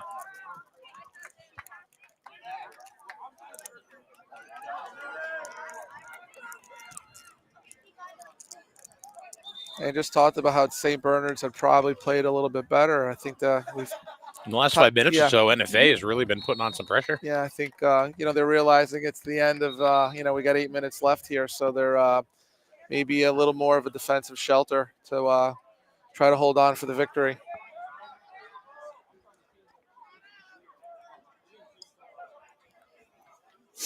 We'll see if St. Bernard's tries to sub here a little bit to delay a little bit, kill a little bit of the clock.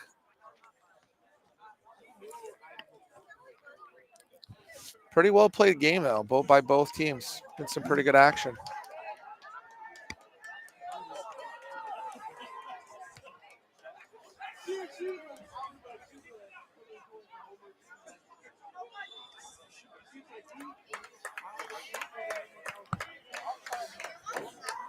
Every single time 18 comes forward, that is Desmond Powers. He's done a lot of running tonight, so he's playing center back every time he gets forward here to throw the long throw.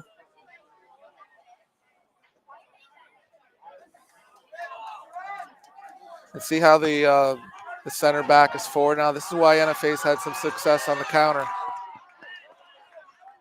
Because in the last couple of like throw-ins, 18 for St. Bede's had been in like the box because he's got the height. Yeah, well, that's the dangerous part. It's risk reward. Yep. I'd probably keep him in the back now, but maybe they're trying to get that second goal to make it 2-0 too. So it's tough. You want to score the second goal, but you send one of your best defenders forward. You leave yourself open in the back, and you leave yourself susceptible to a counterattack. And see the NFA girls had. There we go. He's good. Oh, Offsides. boy. So he was offsides. The other player wasn't offsides. Oh. He was offsides. Very close, though.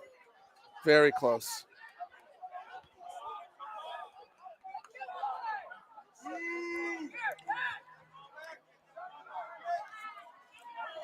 Wasn't happy about it, though. No, he wasn't happy. He's almost a little lucky there. I think he was close to a yellow card. It's really hard, too, on the offsides call because the call is supposed to be made the second the ball is played. And what usually happens is the ball is played, and then a second or two goes by, and the forward is now moved forward. And sometimes, you don't really look when you should be looking. So, unfortunately, sometimes in a two-man system, mistakes can be made.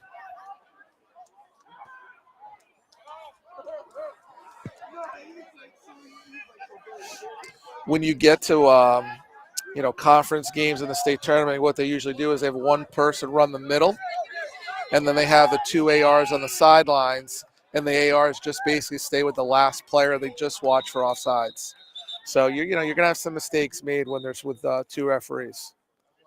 Not that Lou made a mistake there. Just saying it can happen. And I think right now what just happened was they pushed the buzzer a little too quick. From the view over there, it looked like it went out, but it did not. Yep, I think that's exactly what happened. Yeah, push all the guys up. Ooh, DeStefano. So I'm guessing here NFA is going to really start throwing guys forward. Get some players in the box here. Yeah, pack the goal. Yep.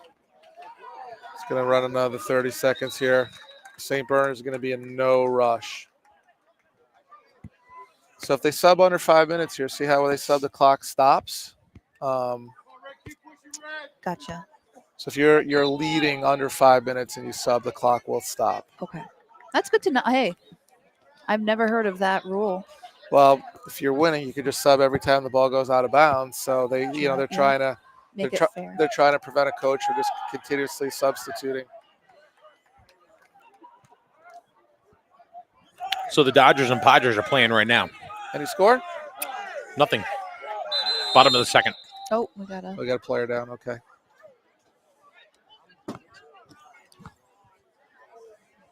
Number 8. Evan Lopez. Cramp.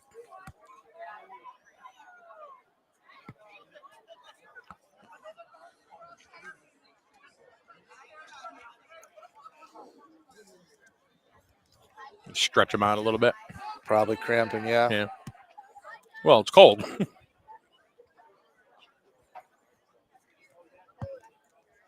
And he's up.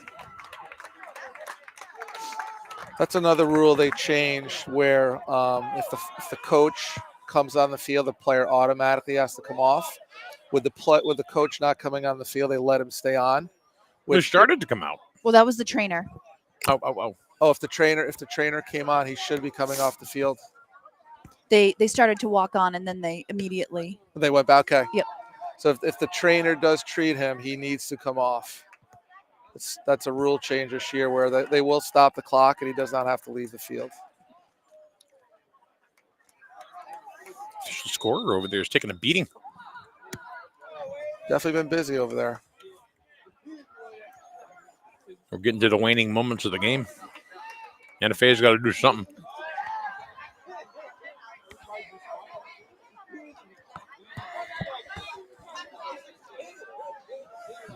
What do they got to do, Paul? What kind of things do they have to do in the last? They're under 4 minutes to go. Well, if you look here, they have 4 backs. I would definitely take one of my backs off and put another attacking player in. So maybe instead of playing with 2 forwards, play with 3 forwards. Maybe instead of playing with 4 midfielders, play with 5 midfielders. You know, if you're gonna lose, does it really matter if it's 1-0 or 2-0? So send some players forward here.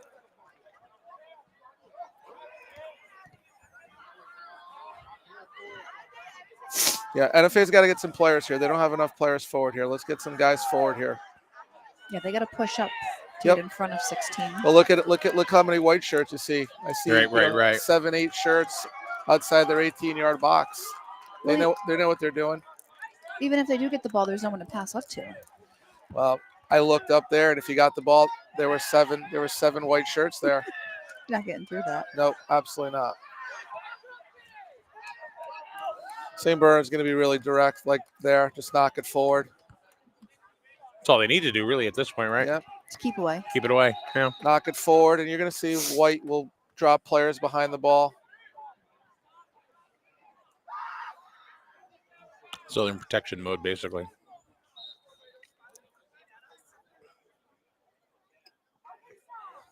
So in other words, it's going to be very hard for NFA to score at this point. It's going to be difficult. This is where, you kind of talked about it. Maybe you knock it in a corner and put some pressure on their back, and maybe you win that corner or throw. This is the guy that could do it, though. This guy's been super dangerous. Very speedy. Right in the stands. All right, let's get that long throw here. So right now you got to send everybody forward here. Get guys forward. And they're not. And they're not. Look at all the white shirts. He just bats it like it's nothing. You got the call there.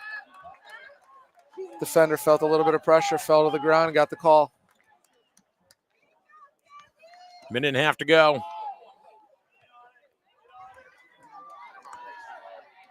It's not the direction you want to go. All right. Probably got a well done by the back there.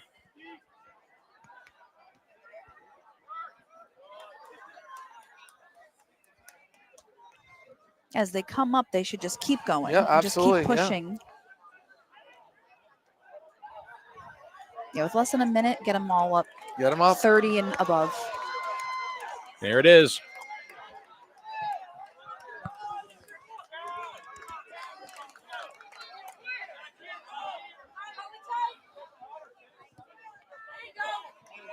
Gotta get it forward. Yeah, this is gonna take another 10, 15 seconds. They're in no rush. Oh yeah, they're gonna take their sweet time. They're in no rush. And this guy's gonna throw it 30 yards up the field.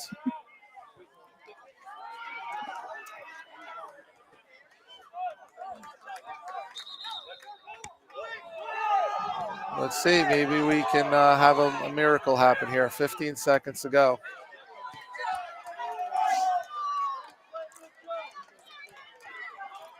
Great pressure there by 10.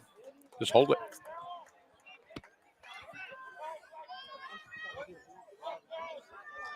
That's the ball game. Yeah. Hard fought battle. Yep, really could have gone either way. The long throw, the flick on there was the difference. So we're going to take a quick break. We're going to talk about the see who is going to be the player of the game. Keep it right here. We'll be back in a minute for the finale on SN Sports.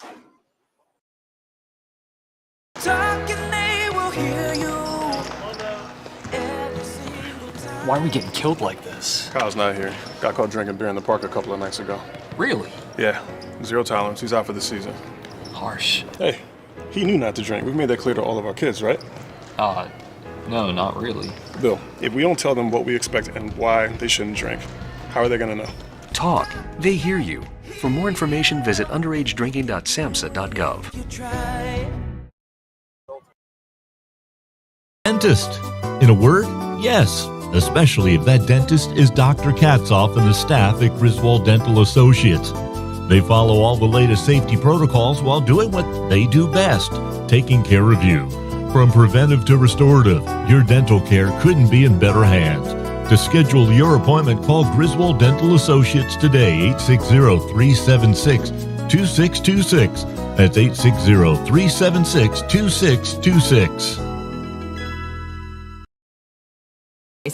At Jewett City Savings Bank, we can make one choice easy, finding the right checking account. We offer a range of affordable accounts to fit your budget and needs, and each gives you the freedom to access your money the way you want, online, through our mobile app, or with your debit card. It's your money and your choice. To learn more about the account that's right for you, stop by one of our offices or visit us at jcsbank.com. Jewett City Savings Bank, member FDIC. Better it burns. Much better. So much better it burns. The right insurance at the right price.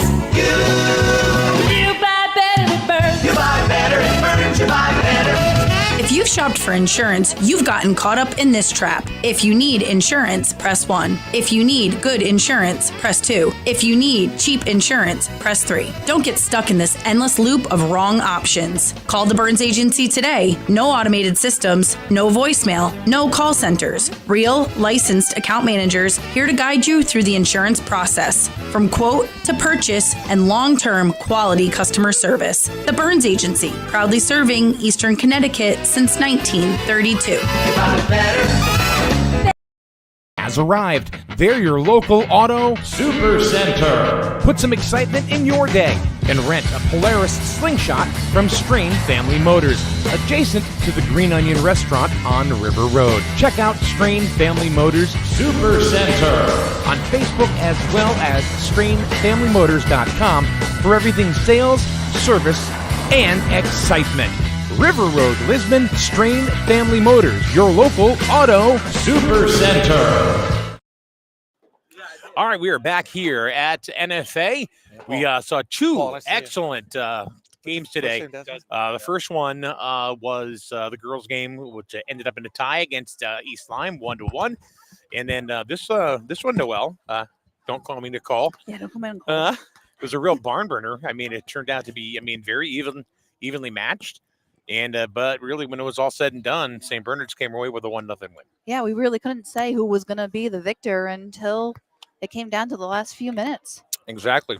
So I'm going to hand my headset over to this gentleman right over here, and going to hand it over to Paul as well, who his friend Bill Glennie said he should be calling for ESPN. So hold on a minute. Thanks, Bill. Right, you have to settle for SN right now.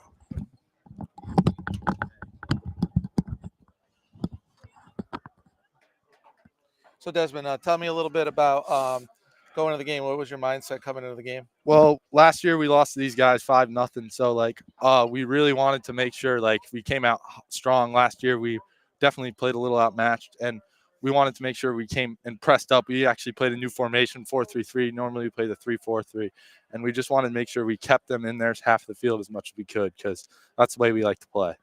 I had noticed the long throw, super dangerous. as a center back, you must have ran forward, 20, 30, 40 times. It's kind of tough. Can you tell us a little bit about the goal and what you thought happened on the goal? Yeah, so we their field's a little bit more narrow than what we normally play on. So we knew we were going to be able to get the throw in pretty well tonight, and I was able to get it pretty far. And we just knew if we got one to the back post, one of our boys would put a head on it, and Christian was able to do that. Nice. At the end of the game there, it didn't seem like you really gave him really any chances. You guys really stayed nice and compact. Can you tell us a little bit about what you guys are doing defensively at the end of the game? Yeah, just shout out to the defense. We played really solid tonight. We've been really working on. We gave up a lot of goals on set pieces early in the season, and we really wanted to make sure we cut that down tonight, and we were really able to win the ball in the air a lot, which was really helpful. Awesome game, man. Congrats. Thank you. Yeah. Thank you, guys. Good job, man. All right, so that is our player of the game from St. Bernard's in the 1-0 win. And he's getting a round of applause as he hurdles on back out onto the pitch. Is it the pitch? Field pitch. They both work. All right. Okay. That's an English thing, isn't it? Yes. It's an English thing. Just can't say court. No. Okay, no court. No. That's pickleball. Or basketball. Or the Kings. Paul, thank you so much. Yeah, no, having a great time. Appreciate Yeah, it. I really do appreciate you coming in. I mean, I said to Nicole just when you were talking to our player of the game that I'm like, boy, I've learned so much from you just listening to. That's why I just kept my mouth shut, and said stupid things along the way, which made no sense. But I've learned so much about soccer in the last 2 times that you've been with us. So I appreciate you. No, thank you. Thank you for having me. It's been fun. That's twice now. That's twice now. That's twice now. Yeah. Noel. I'm gonna wear a name tag. Did I call you Nicole again? Yeah. Jesus. I'm so sorry. That's going to be your radio name now. That's going to be your. That's Nicole. Nicole Schwartzer. Nicole Schwartzer. we got Cashew Ken over here. He's already booking out. He goes out. Peace out, Cub Scout. I'm gone. So it is cold, and you guys we get the heck out of here. So thank you very much. I appreciate you both. Doubleheader. It is conclusive. A tie for the first one, NFA and NFA girls, 1-1, and then a definitive win from St. Bernard's 1-0. They win their 9th win of the year as they defeat Norwich Free Academy. All right, so SNSN will be back on the air again on the stream on Sunday. We'll be live from Two Towns. It's kind of like I don't know, Farm Aid or something. You're going on tour. Yeah, I guess so. We're gonna be at Wyndham High School, and we'll be at Griswold High School both times tomorrow. On Sunday, I should say. 11, 1, and 3 are all 3 games, micros, juniors, and seniors. So for Noel, Paul, I'm Mike Minarski, and Ken. Welcome back, Ken. You've been watching the Game of the Week right here on SNSN Sports.